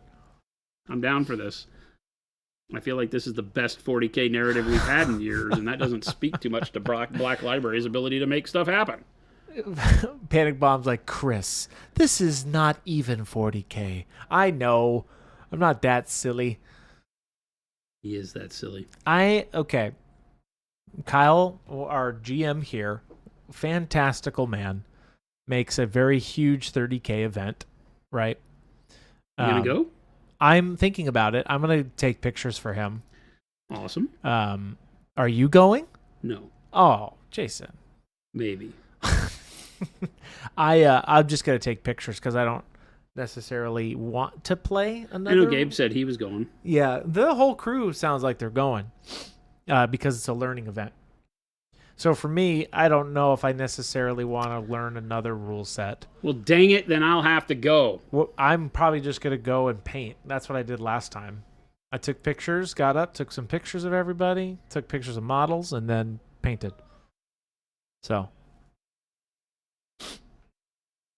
Be a good excuse to get out of the house. That'd be fun. On the one weekend I have to myself before I have to go to Gen Con. Don't go to Gen Con. Stay here and paint. Do not threaten me with a good time. Stay here and paint on Saturday. Do not threaten me with a good time. So as the Emperor, Chris, is the throne non-metallic metal or true metallic metal? My throne is true metallic metal. Jason's throne, non-metallic metal. I like our metallics.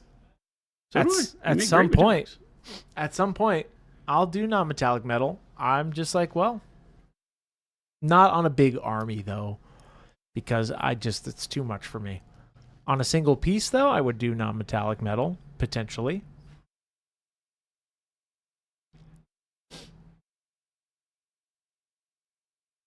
Your throne is porcelain. Ha! Beautiful. Great one. Who said that? Nibling. 1,000,000 sushi points. Whoa, you can't do that to the economy. I just did. No, those are counterfeit. Do not count those as legal tender. Do you have to deal with, chat? Chris, when will you paint a true metallic folding chair? I took my penance on the folding chair. I sat in it during our meeting. He did, actually. I'm like, you know what? We needed 11 chairs in our 10-person conference room, and Chris took one for the team and sat on the folding chair. Smaug is a single piece. Yes, he's almost done. I'm just wrapping up projects to get into the next phase of what I'm going to do next, chat. That's where I'm currently at. I just finished Kill Team. I finished another Gargant. I got one more Gargant to go. And now I have to decide what I'm going to do next. Which is leaning probably towards Earthworm Jim. Or speed painting a bunch of zombies because I came up with a really cool zombie workup. You were saying that the other day. It's my zombie workup is advanced flesh tone, right? Pop in close. Yeah. I don't know if it's bugging you guys. See that? Oh, let me one second. I'm going to see how far I can dig into this. Jason, look. Oh, Jason, look at that. Let's bring it down a touch. Oh, yeah. I'm really zoomed in. See that? That's annoying as hell. Take your clippers. Come on, baby. Separate that out from the pack on its own. Clip it down close to the... Got one more? The base. No, that other one will go back to being normal once this one's not strangling it. You get those short hairs that just kind of want to mess everything up. It's always good to go around your brush because what will happen is that the outer cluster of bristles, what gives a brush its shape is the various lengths of filament, right? And every now and then you'll find some that break like that one. I don't know if you guys, see that one? Even further. See that?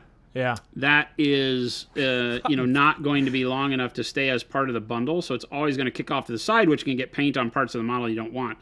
So every now and then when you see that happening, just go around the edge of the brush. You can kind of flick it with your finger, right? Do like this. Oh, there's another one. See that one? Yeah. See that right there? As you paint, especially as you do things like edge highlighting, you will break the bristles off. See, there's another short one. Yep. Right? So we'll just kind of go around the brush. and do this every now and then so that we get all of those bristles. But you want to isolate the bristle off by itself. You don't want to cut a whole bunch of the We are so bristles. we are so zoomed in. That's So crazy. pull it out by itself. Oh, I got an extra one there, but whatever. Bang. Okay, there. That's good. Because I was getting deadly close to having like this crazy filament sticking off to the side, about to put white paint on a dot someplace I didn't want it. Hulk-a-dolk. All right, that looks good there. And we'll go back and grab some of our colors because I got a little bit outside the lines, like there and there. I always forget how much I can actually just physically zoom. There we That go. thing holds such a great focus, even in super tight. Does. So It's the rest of that's okay. That's okay. Only the best for you, chat. Yes, that brush needs some Jen's goop. It definitely does. Don't do what we do here. Clean your brush after every session. Every session, please. It works great. And if you go watch that video, again, such a simple thing, but you don't really think about it. Jen shows that way of just really working it into the ferrule and taking your finger and really pushing the paint out. I've started doing that on my brushes, and it's Dark been Flash. awesome. November, we use a Blackmagic 4K. That's a micro four thirds lens. And surprisingly, this camera technology, I believe, is now 10 years old. And it's still amazing. Still amazing. And they keep updating it. So if you all, I know free pub, but if I was going to shout it out, Blackmagic is a good company to work with if you want to buy a piece of equipment and have it last. Everybody else is having to catch up on their free updates. So they keep reviving things, which is cool. Same camera, kind of. It's 3 Blackmagic 4Ks. Well, the reason why they're also so efficient is because you can get 4 micro four thirds glass relatively cheap. Plus, you could also go to Goodwill and find old camera lenses and buy adapters, and you'd be just fine. Because most of those old lenses can cover that sensor. We need to preface this with that Chris is into professional videography. And so his version of what is affordable is going to be very different than what yours may be. That's super Our lenses affordable. cost as much as a small car. No, yes. Our lenses, yes, they are. The camera is cheap. Yes. In the world of cameras, the lenses are redonkulously expensive, which is what allows him to punch in that close and get that. Like punch in again, like super far on something on this, to get that kind of focus and to be able to see the brush stroke and be able to have motion. If I wanted to go in here and paint, and you'd be able to see every brush stroke as it happens. That glass is super pricey. Yeah, so that's here. This is the extreme case, right? But the reality is that. You'll notice we don't use any autofocus. No. So the big thing for ours is parfocal. that they're called parfocal. They basically create a focal length bubble at a place. And so this model will stay, my hands in the model will stay in focus no matter what he does with the zoom, which is great. That's really what we need on this. So. The more you know. Where do you guys get your zombie miniatures, Jorge asks. I think Chris is speaking about the zombies for Age of Sigmar. Oh, yes. Sorry, I'll definitely answer that one. Yes. Yeah, I think he's talking about Age of Sigmar They're stuff. just the regular ones, the regular dead walker zombies. I like them. I was going to say my zombie workup now is advanced flesh tone with a heavy magenta wash. And then I will do a dry brush of different colors like faded green or olive flesh. Actually, I'm going to do the warm brown first. That's what I'll do typically. Rock has got a great question. I'm just curious on what I'm just curious. Out of the yellows you guys sell, which one do you all like the most for Imperial Fists? That's a great question. If you like a more lemony yellow for your fists, then the bismuth yellow is fantastic. If you like a warmer yellow, if you're going to start with like an orange base tone for them, then I think warm yellow works the best. Yeah. but all of them work great together. So you could do like I like my Imperial Fist done with like a burnt sienna or burnt orange base coat, and then something like warm yellow over the top of that, and then either yellow or bismuth yellow as a highlight. Works great. So, you know, all of them in combination can get you where you want to be. Just think about what you want to see the most of and go with that as your main, what I call your main mid-tone. You know, the I like mine to be a little bit warmer, a little bit more orange, because it makes them feel a little bit more beat up and dirty. Yeah. Whereas the lemon yellow is a little tough. It's a little tough to make look beat up without it, you know, turning kind of greenish. yeah.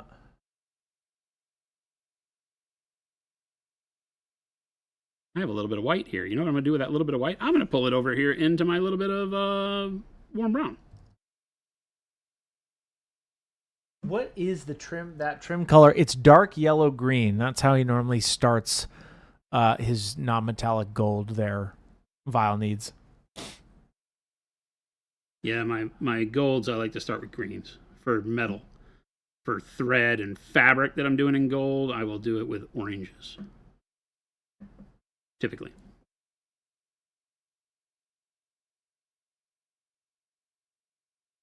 The only way I was thinking about getting into 30K was potentially doing a Demon Army or doing an Iron Warriors. Uh-huh.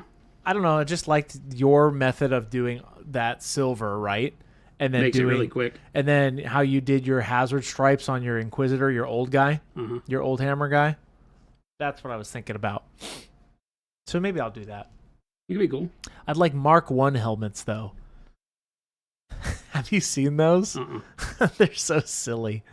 They just like Roman helmets. Mark 1. I didn't know there was a Mark 1. I didn't either. Like Thunder would be Thunder Warrior style helmets. Avian says, now, why not work with browns and work up to yellow? Question mark. You could. Yeah, you definitely could. I like oranges.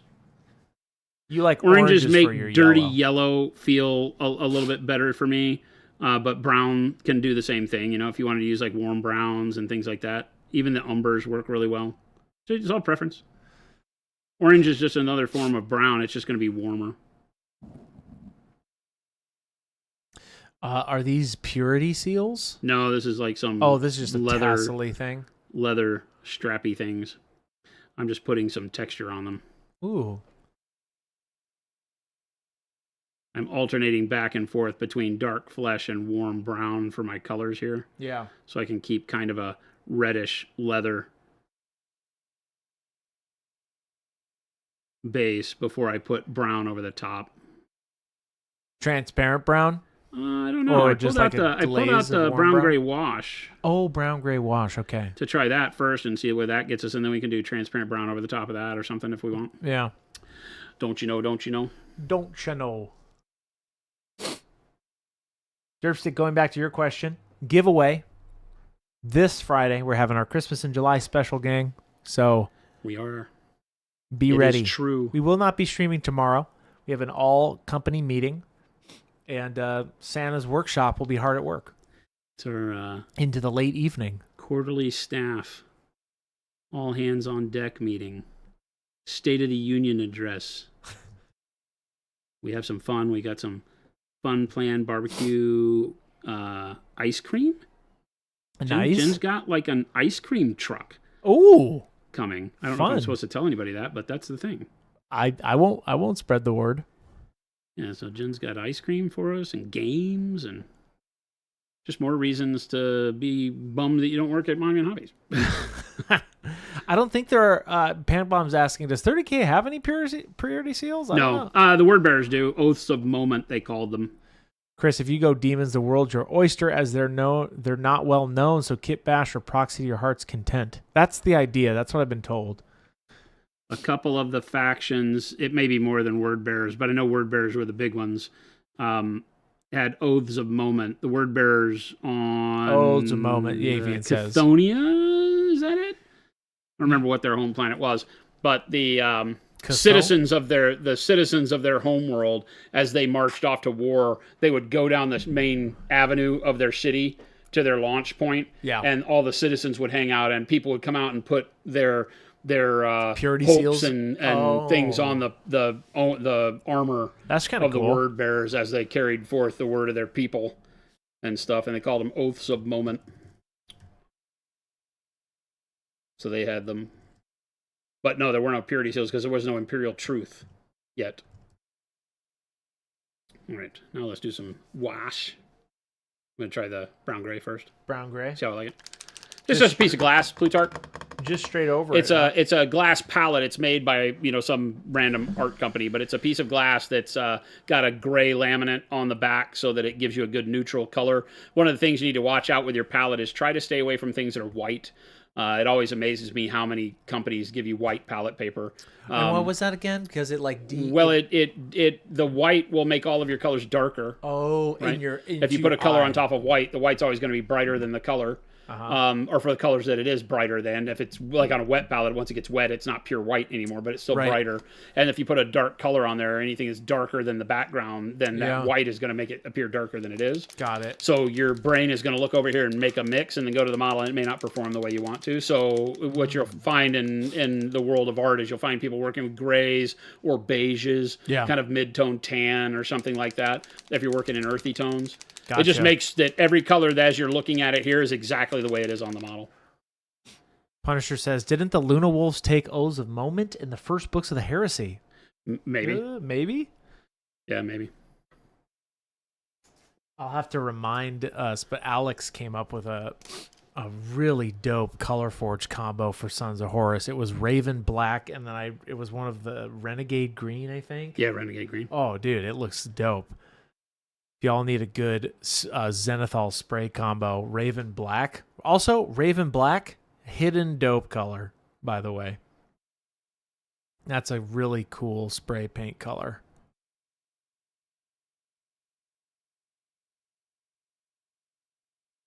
Somebody was asking, I think it was yesterday, about black for 30K Dark Angels. Right, yes. And that Raven Black is a great color for that. Oh, it's super cool. Because it's meant to be Raven Guard, right? It's meant to be kind of a grayish black. Yeah, it is a very fun color. Not a pure black, but a little bit of a chalky, not chalky, wrong word. Just a little bit more gray. But very deep still. Yep.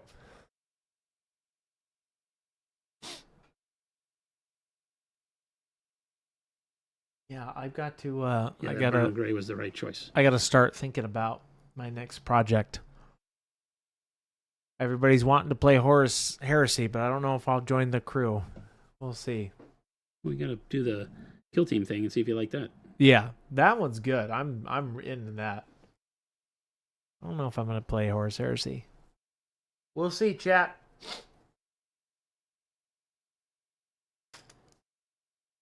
Marja says, you're doing a good job, Jason. Keep up the good work. You're doing great, Jason. Doing great. You're doing great, bud. How do you guys paint, Robin asks, how would you guys paint Sons of Horus? Dark Sea Ben, faded green combo?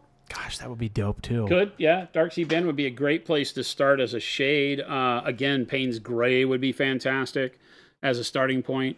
And then you're maneuvering into that kind of... I think, could you add faded green to that to get the color? Maybe. I feel like it's in that jade and faded green mix world. I'm gonna look. So I would probably go to, from Payne's Gray, dark purple, whatever color you decide to use for your shadow, into jades. Yeah. And then jade with faded green mixed into it, or jade with the new green blue, bright green blue. I'm trying to... Would be fantastic. That's the color. Okay, so I was thinking it was more green.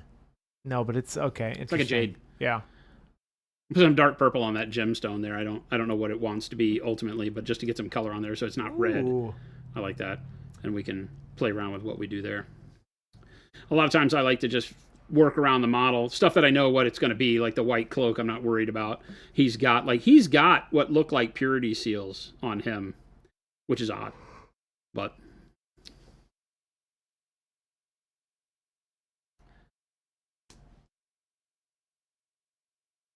I could wait till 11th edition. No. No, we'll see. I'm models first. If it's cool, then I'll play the game, models wise. They have to speak to me now. That's the thing. They have to speak to me. And Space Marines are so hard for me. They are so hard for me. The way Jason painted it made me want to do it, but I'm like, it's tough. Give me demons or give me something. Be a tough sell, right? It's got to, like Yeah, you it's said, gotta it has to speak to speak to you. The rule of cool is king. Rule in any art. model. You know, when you sit to paint a canvas, right? Something's got to speak to you. Something's got to give you the muse of what you're going to put and commit to that canvas.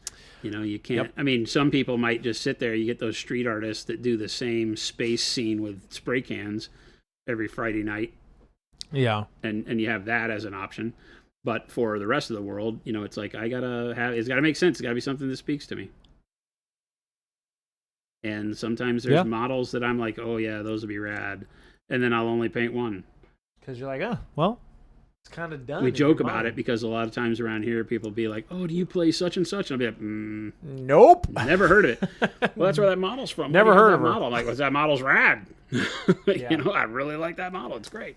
See, like Pizza the Hut, that bust, obviously I'm going to paint it just like the movie, but it's the theme that gets me. That's what, I got to have a theme.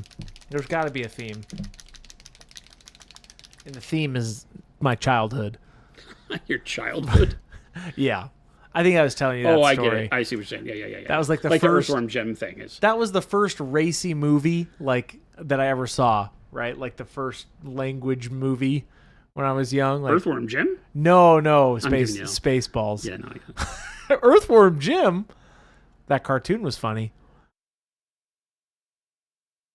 Oh, and see, now I want to paint Earthworm Jim. Too many things to paint. Too many projects. I quit. How about you do deep dish Pizza the Hut? Avian, now you're just getting crazy. I could go for a good deep dish pizza right now, though. When you say deep dish, do you want like Detroit style? I like Sicilian. I like Chicago Sicilian. Is that Sicilian technically? No. What's Sicilian? Is that Detroit? Sicilian is when it's cut like rectangle style. Oh, ooh. And is baked really deep, you know, to where the cheese fries around like the edges of the pan. Just put it in my mouth hole. Yeah. I'll do whatever. Yeah. It's unfortunate because the place that I found that had what I thought was pretty good Detroit style deep dish was that Doughbird place. I do like Doughbird. And then unfortunately their pizza last couple times we've been there has been good? Not really good. Oh no. I went there not too long ago. It was good. You had the pizza? Yeah, I did. It's Actually, okay. it was a minute ago. It's okay. Little Billy says, I like Chicago more than Detroit, but I like New York more than both of those. Pizza-wise or city-wise? What are we talking about here? I think pizza. November says, I declared this chat for Lou Malnati's. You don't like Lou Malnati's as much, right? Me? Yeah. Out of the Chicago pizza places, that's my favorite. Oh, okay. They closed down here. No, there's one in Scottsdale. Yeah, well, yeah, but the one that's close to us closed. Yes, I know. The one over off of Camelback closed. It's a huge bummer that they moved, essentially, over to that other location. I freaking love them. They're good. Yeah. A little pricey, but worth it. It's pricey. It sits in you like a brick. It's a little hard to stomach, but I get it. It's good. It's like lasagna in a you can't even call it pizza anymore. It's just pasta. It's just a form of pasta with bread. Yeah, it's cool, though. I dig it. So here all I'm doing is using the yellow-green to kind of sketch in the first idea of light and reflection on my gold. This is yellow-green, you said? Yeah, the dark yellow-green and the yellow-green are going to give you a little bit of contrast, but not so much that it's going to look garish. Okay. So I can play around this way and determine what I want to do with my lighting without the fear of turning it upside down if I use a really, really bright color. Okay, so the light, I can see now where the light's coming from just based off that sphere. Yeah. Right? Yeah. So this lets me just begin my sketch. A lot of times I'll do this with a mix of whatever my base color is, but with dark yellow green and yellow green, that's just kind of baked in for you. It just gives you the ability to do that very easily. What dauntless size brush is that, Jason? A 1? This right here is a 1. 1. I like that size a lot. I have been super pleased with all of the dauntless brushes. Oh, I've been been beating the absolute crap out of them. dude, As you can see, I've been trimming them, and the 00 is all I used for the Rattling Army. 100%. oh yeah, for all that small tiny my crap gosh, on them, the so sandwiches and all that Yep. stuff. Which I love, absolutely love. I just painted a chicken last night and that grilled cheese sandwich, so I'm really happy with how they turned out. Michael Holt says, do you have any default highlight directions? A friend of mine was looking at most of my miniatures and noticed my highlights are all from the same direction. A default? It's funny because if you look at models, a lot of the models tend to be looking to their left. So I will tend to come from the model's left. So the 2 o'clock, if we talk about 10 and 2, is the way I tell you to choose your lighting. And it really has a lot to do with the expression and direction of looking of the model. If the model's looking to where the 2 o'clock is, right, or over to the left, then to highlight from the right with a light source can be really dramatic, but it typically doesn't show off the part of the model you want to pay attention to, which is the facial features. So I typically want to put the light towards the facial feature of a model that's human. You know, so that's what we've done here, but I'm not really super worried about lighting direction on this guy.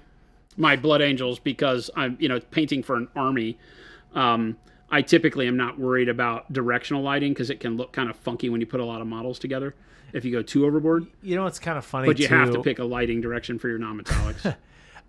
This is kind of funny. This is like something in cinema history, right, where heroes technically will walk from screen left to right. Yeah. Right? So I feel like that's why a lot of heroes are looking that way and villains are looking the other way. So maybe that's where my lighting comes from, like in my mind of like why that is. Yeah, so heroes will walk left or be going from left to right or looking in the right direction, in quotes, right? So it's very interesting. We're trained. That's the answer. Yeah. They got us, Chad. It's crazy that how our eye sees frames per second, too. Like how we're all trained to just think that 24 frames a second is what looks cinematic. Yeah. It's very interesting. Like that's where our eyes respond to every frame. History is so young when it comes to frames per second that just because their machines could only go 24 frames a second back in the day, their projectors, when they were filming, that's why it's just why it looks that way. It's crazy. We're all sleeper cells, says Little Billy. Not me, Little Billy. I'm running the simulation. I'm the God Emperor. Our eyes only see 29 something? Yes, and then after that, it's like once you start seeing 60, right, or 120, you'll notice a difference, obviously, right, because your camera is just picking up not random. Your camera's picking up a frequency that's faster, like frames per second, and our eyes are just trained to see slower frames per second because it's just out in the world, which is very, very interesting. So, hey, if you need a frames per second to film in, do 24. True 24, not 23.976. I'm talking about a true 24 frames a second. Most of your cameras won't do a true 24, unfortunately. Blackmagic does. And that's why it looks that way. Bigger cinema cameras will do. Is that just the problem of digital math? Yeah, but most of the major camera brands will do 25 or 24. Houdini, yes, 25 is the essentially European style of that. 25, 24, that's what you want to shoot in. But yeah, most of your cameras will default to 23.976. Sorry. You know what? Whoa. That's too much camera talk. This is a painting stream. I'm so sorry. Wow. So sorry, chat. Somebody remembered. I needed to get us back on the rails for this yellow-green. Somebody remembered. It gets me jazzed. I like it. No, wait a minute. Video gear gets you to nerd It does. out? I do like I do like If video you ever want to gear. get Chris to shut up about whatever he's talking about, you just say, "Hey, Chris, I heard this article about the new Sony camera coming out." Speaking of the new Sony camera that just came out, See? Works every time. Got 'em. Sony, if you're out there watching this beautiful stream, get your act together. Oh, is it bad? No, it's not bad. It's just I don't know. I don't agree.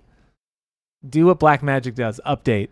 Don't give us another version of your camera. Buy another camera. Just make your computer that you have, and we all know it can do it. We all know the computer's in there. It's like, next update, we're going to give you this. So you're telling me it was in there the whole time? Yeah, it's just so dumb to me. Anyway.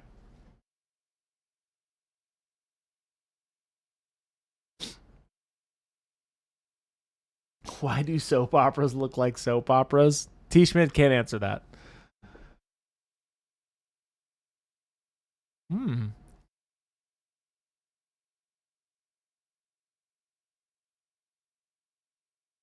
What's the FPS for your foot cam? 24.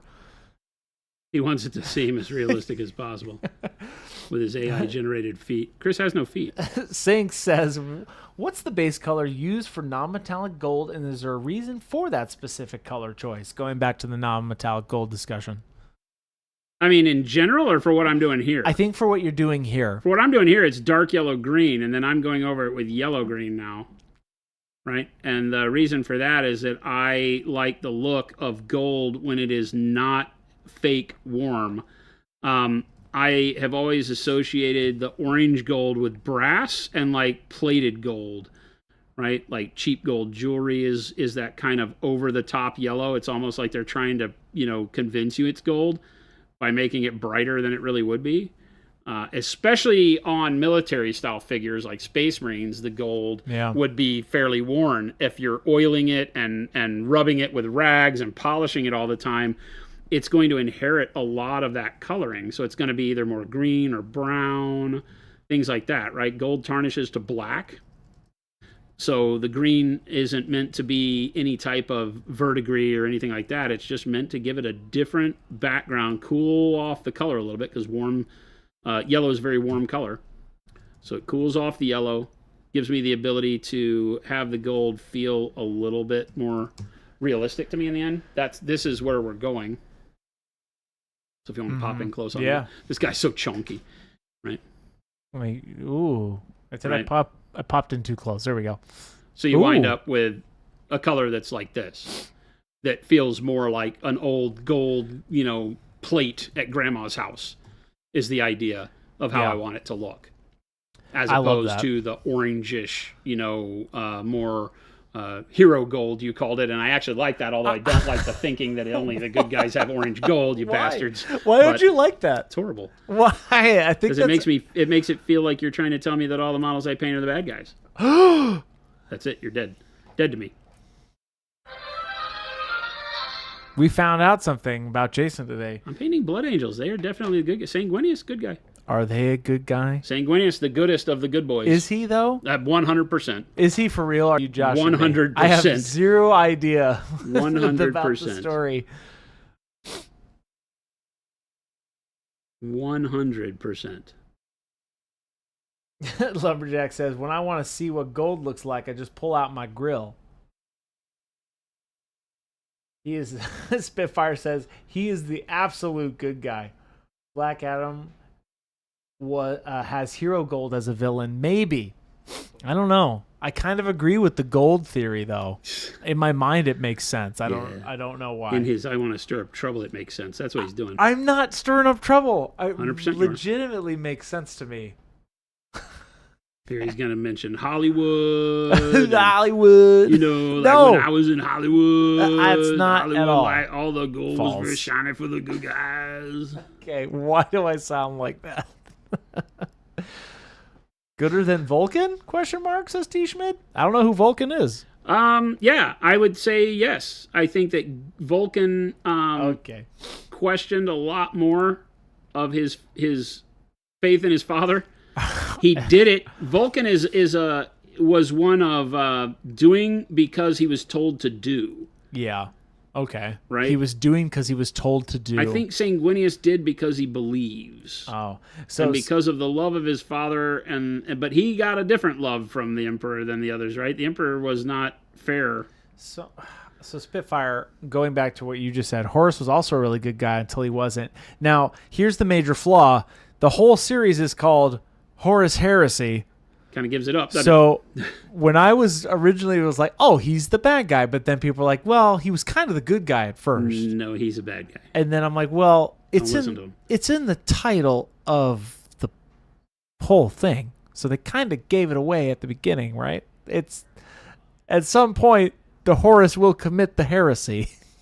I'm not a rocket scientist or a scholar. The Erebus heresy didn't make sense. It sounded too funky. Erebus heresy? The Erebus heresy didn't make sense. I don't know. But Lorgar, Erebus, the word bearers are the ones that caused it all. Gotcha. So the word bearers are the first heretics. They okay. are the quintessential bad in the universe is the word bearers. Okay.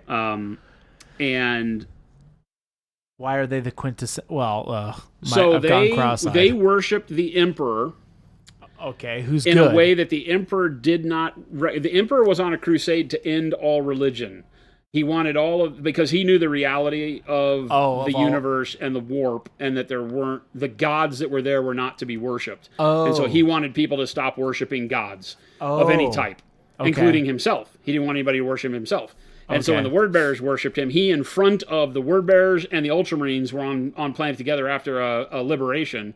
And Lorgar, got in front of him and worshipped, said something lordly or whatever, talked about how much they did this for him and blah, blah, blah, and it was religious. And he got smacked down. The emperor. Yeah. Okay. So I don't remember if it was Gilliman that smacked him down or if the emperor smacked him down in front of Gilliman. But and then from then on out, it was downhill for the Imperium because Lorgar felt like he had been slighted. He had been raised on a world that worshipped one of the Chaos Gods. Yeah. Or maybe worshipped all the Chaos Gods. And so they had always worshipped it. When they were found by the emperor, they started to worship him. Okay. They were just a needful society. They needed something to hold. Oh, okay, something to worship. So they started worshiping him, and when he batted it away from them, they had to worship something else. And so they then fell in with the Chaos Gods, which they had originally worshipped anyway. But they didn't started all of this. They didn't know who the Chaos Gods were. They did. Well, or there was remnants of the 30K. That's why things were called Nurgle or Tzeentch or whatever. Well, in 30K, it wasn't known until the end. What all this was about. Oh, and then the 40K happened. Yeah. Oh my goodness. Are you catching it now? I don't know, man. I like models and I paint them.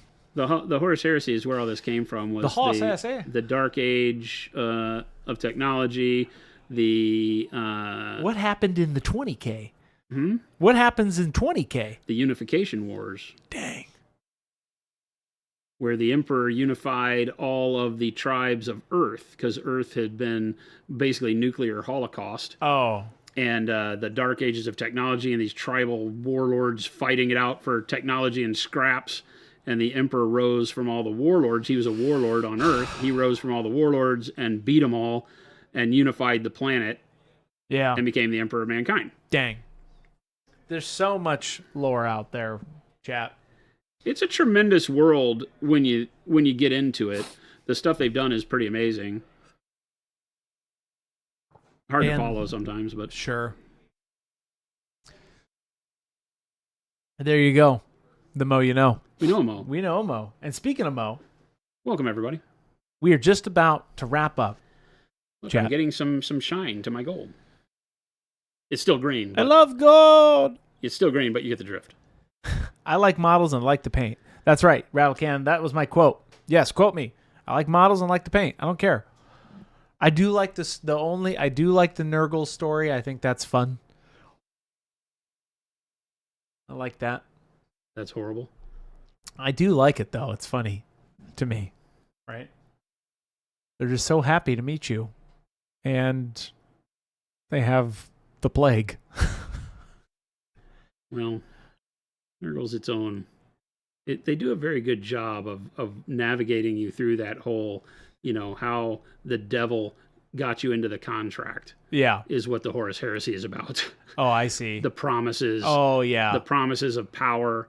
The promises All that. of power to a jealous son, right? Oh, interesting. That's yeah. the whole Horus thing, is the gods convinced him that he was better, that the emperor was nothing, that the emperor, turned his eye from him, and yada, yada, yada. When the emperor entrusted him with the rest of the crusade and went back to work on his Webway project. That's right. The emperor was always trying to find a way for humanity to not have to use the warp to travel, was his big thing. Yeah. Bushman, you make a good point there. What's that?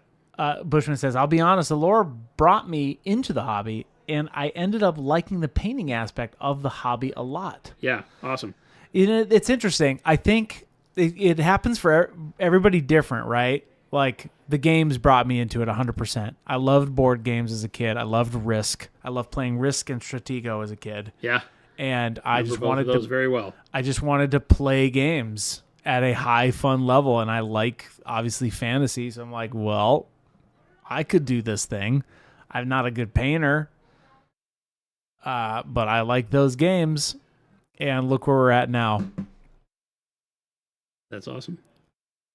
Hits it for everybody differently, the hobby does. Yeah, and it has enough of a lore, and a lot of people point out, rightfully so, that a lot of that is stolen from other things. Sure. Tropes that existed in other sci-fi and fantasy that the people that started Games Workshop and Citadel really enjoyed. So, they used it, right, wrong, or indifferent. We got a lot of good things. So they picked some really good things to throw together. If you're going to throw together Dune and Starship Troopers and Highline stuff. Yeah, it's like a... Not bad. Not bad choices. Nibling says, did Jason ever play Hero Quest back in the day? No. I love Hero Quest. He's a huge fan. I love it because I'll tell you, no free pub, but the reason why is because it can get anybody playing miniature games. That's 100% why I like it. So that I can get them into this, so that I can get them into the hobby. That's literally it. I don't know anything about it. It is a very, very vanilla kind of RPG game that you can kind of customize, and anybody can learn to play it, and it's a fun party game, but it's got like a little bit of RPG in it, so it's very, very basic. So it's fun. Never played it, never exposed to it. My whole world of gaming came to me from BattleTech And Dungeons and Dragons. Dungeons and Dragons. Yeah. But mainly BattleTech as a gaming idea of miniatures on a table fighting battles was where I learned everything that I know. Starfleet battles to some extent, although we didn't have a bunch of miniatures because they didn't exist at the time in any kind of quantity or that we could afford as kids. Mm-hmm. But yeah, that was kind of my story. I got into all of this through those, and then painted. Obviously, I went into painting scale models, doing dioramas, all of that. And through that world, just always stayed in the realm of painting small figures. Yeah. Tanks and things of that nature. And so then in the probably mid-90s is when I had friends that started playing like 40K? Magic the Gathering. Oh, Magic the Gathering. Okay. And like the early to mid-90s, I think it was like 93, 94, I want to say. Yeah. And in that time frame and playing Magic, a bunch of those stores had 40. these other things, these Yeah. miniatures and stuff. Got and I you. had miniatures across for D&D and all that. And so I, would pick some up from time to time and paint them. I would get out of it for long periods of time, and they just sit and rot in my collection. And then I get back to painting and doing models and stuff, so it was always there. And then when I really started, diving into painting as I need to teach myself how to be better and better, miniatures were there. So it just became a thing that I focused on. Yeah, everybody's got their own way that they got into this crazy world. But Jason, it's about that time. About that time. 3:58. Holy crap. We did a lot today. And by we, I mean us and you. You mean me and the ship of spaghetti? And this guy right here, he is painting that model, and I am the ship, and chat are the waves. We the company. Yes, Sugar Rush. We happy few painted this model with Jason. I am happy to have you help guide this ship and navigate us through these storms. That's right. I'm and just to the always say pink and plaid are the right way, even though you know they aren't. Yeah, I'm just the ship. You guys are the ocean that keeps this ship afloat, and Jason will steer us in whatever direction he wishes. And a lot of the times, it's not metallic gold trim. Well, it does seem that way, doesn't it? Which is not a bad thing. But if you all haven't tried non-metallic gold right now, I blame the same universe that we just spent so much time talking about for all the damn bronze and gold. And if you haven't tried non-metallic gold yet, chat, I will personally hunt you. Try it. We will be at a Gen Con, yes. And by we, not me. And remember, before Chris be at Nova. I will be at Nova this year, yes. 2 weeks after Gen Con. Yep. You go to Nova, we'll be there. We will be there. Chris will be there hanging out. So yeah, so you can see we've got some shine. You can see how now the green kind of follows along with the brightness of the red on the shoulder plates especially is. Yep. You know, when you look at this, ooh, and you don't get the same brightness on the green yet, but then here it starts to tune itself to the brightness of the red, and that's how we continue to bring light into it. You know, when it's just the dark green, and it doesn't match the brightness of the red where we have the highlights on the red from the airbrush, then it starts to tune down everything the more we build in. The next thing we'll do is go into the yellow ochre mixed with the yellow green, and then we'll work into yellow ochre by itself, and then we'll work into the pale yellow into the yellow ochre, and then pale yellow by itself. So you get carried by chat. Chat, you carry us. You would be the spaghetti. I just want some spaghetti now that we've been talking about it. Is it me, or does it seem like all the conventions are getting more scrunched together? It's like this every year. It just comes in waves, you know? And trust us, it's almost never ending for us around here now, especially with Monument Europe opening up. And somebody asked earlier, we're hoping that I get that running tomorrow or by Friday is my demand. So I'm hoping that by the weekend you can purchase from Monument EU, but we'll see. Cool. We'll see. It's been 2 weeks late now, so we'll see what we get. July 25th. Everybody! This Friday. Be there. Christmas in July. Thanks for hanging out with us. Yep. Remember, we aren't streaming tomorrow, but normally we stream Monday through Friday from 2 p.m. to 4 p.m. Mountain Standard Time. Here from wonderful Monument headquarters in lovely Phoenix, Arizona, where it's only 100 million degrees right now. It's the tough part of the year. That's right. For us here in Phoenix. But we love having you guys make it brighter. But yeah, tomorrow we won't be streaming. We have our quarterly staff update, State of the Union deal that starts at noon and goes to the end of the day. So everybody around here gets kind of a half day off, although they're not really off. They still have to listen to me talk. But they get barbecue and ice cream. It's going to be fun. Not all at the same time. That would be kind of gross. But the barbecue flavored ice cream is the joke. Nice. But then remember, Friday, as Chris just said, is Christmas in July. We're going out with a bang this week. We're bringing the idea of Christmas for some insane reason to the middle of the year. It's just to make it cold. Just because Chris thinks it'll make it cold. I'm not buying it. And I'm going to go right out and say that I am not responsible for Friday unless it goes terrific, at which point it is all my idea. Otherwise, it's Chris's idea. Harsh, but fair. Harsh, but fair. I like that. Got to have some benefit to being the owner. I'll take that bullet. Make sure you check out all the links that Chris put in chat there at the Monument Hobbies store where you can grab all of our wonderful products. If you've got any holes in your hobby gear, looking to try something new, grab some paints and get going at it. And then come by and swing by the Discord where you can get inspiration, hang out, ask us questions, just join the Monument family. We've got 6,000 amazing artists over there. It's a tremendously active and wonderful group of people. So come make some friends and hang out with us. Kyle Santa will show up. What? Oh my God, Kyle's going to be on stream on Friday? How did you pull that off? I didn't say cannot confirm nor deny that Santa Claus will be here. Usually not his shtick, but that's great. So, so make sure to join us back. We'll catch you later. Make sure to tune in for the raid that Chris is going to appropriate here. Show some love in the chat we wind up in, and we will catch you back here on Friday. Remember, Christmas in July, lots of gifts, lots of prizes to be won. It's going to be a ton of fun, so don't miss it. Mark it on your calendars. We'll see you at 2 p.m. Mountain Standard Time on Friday. Adios, gang.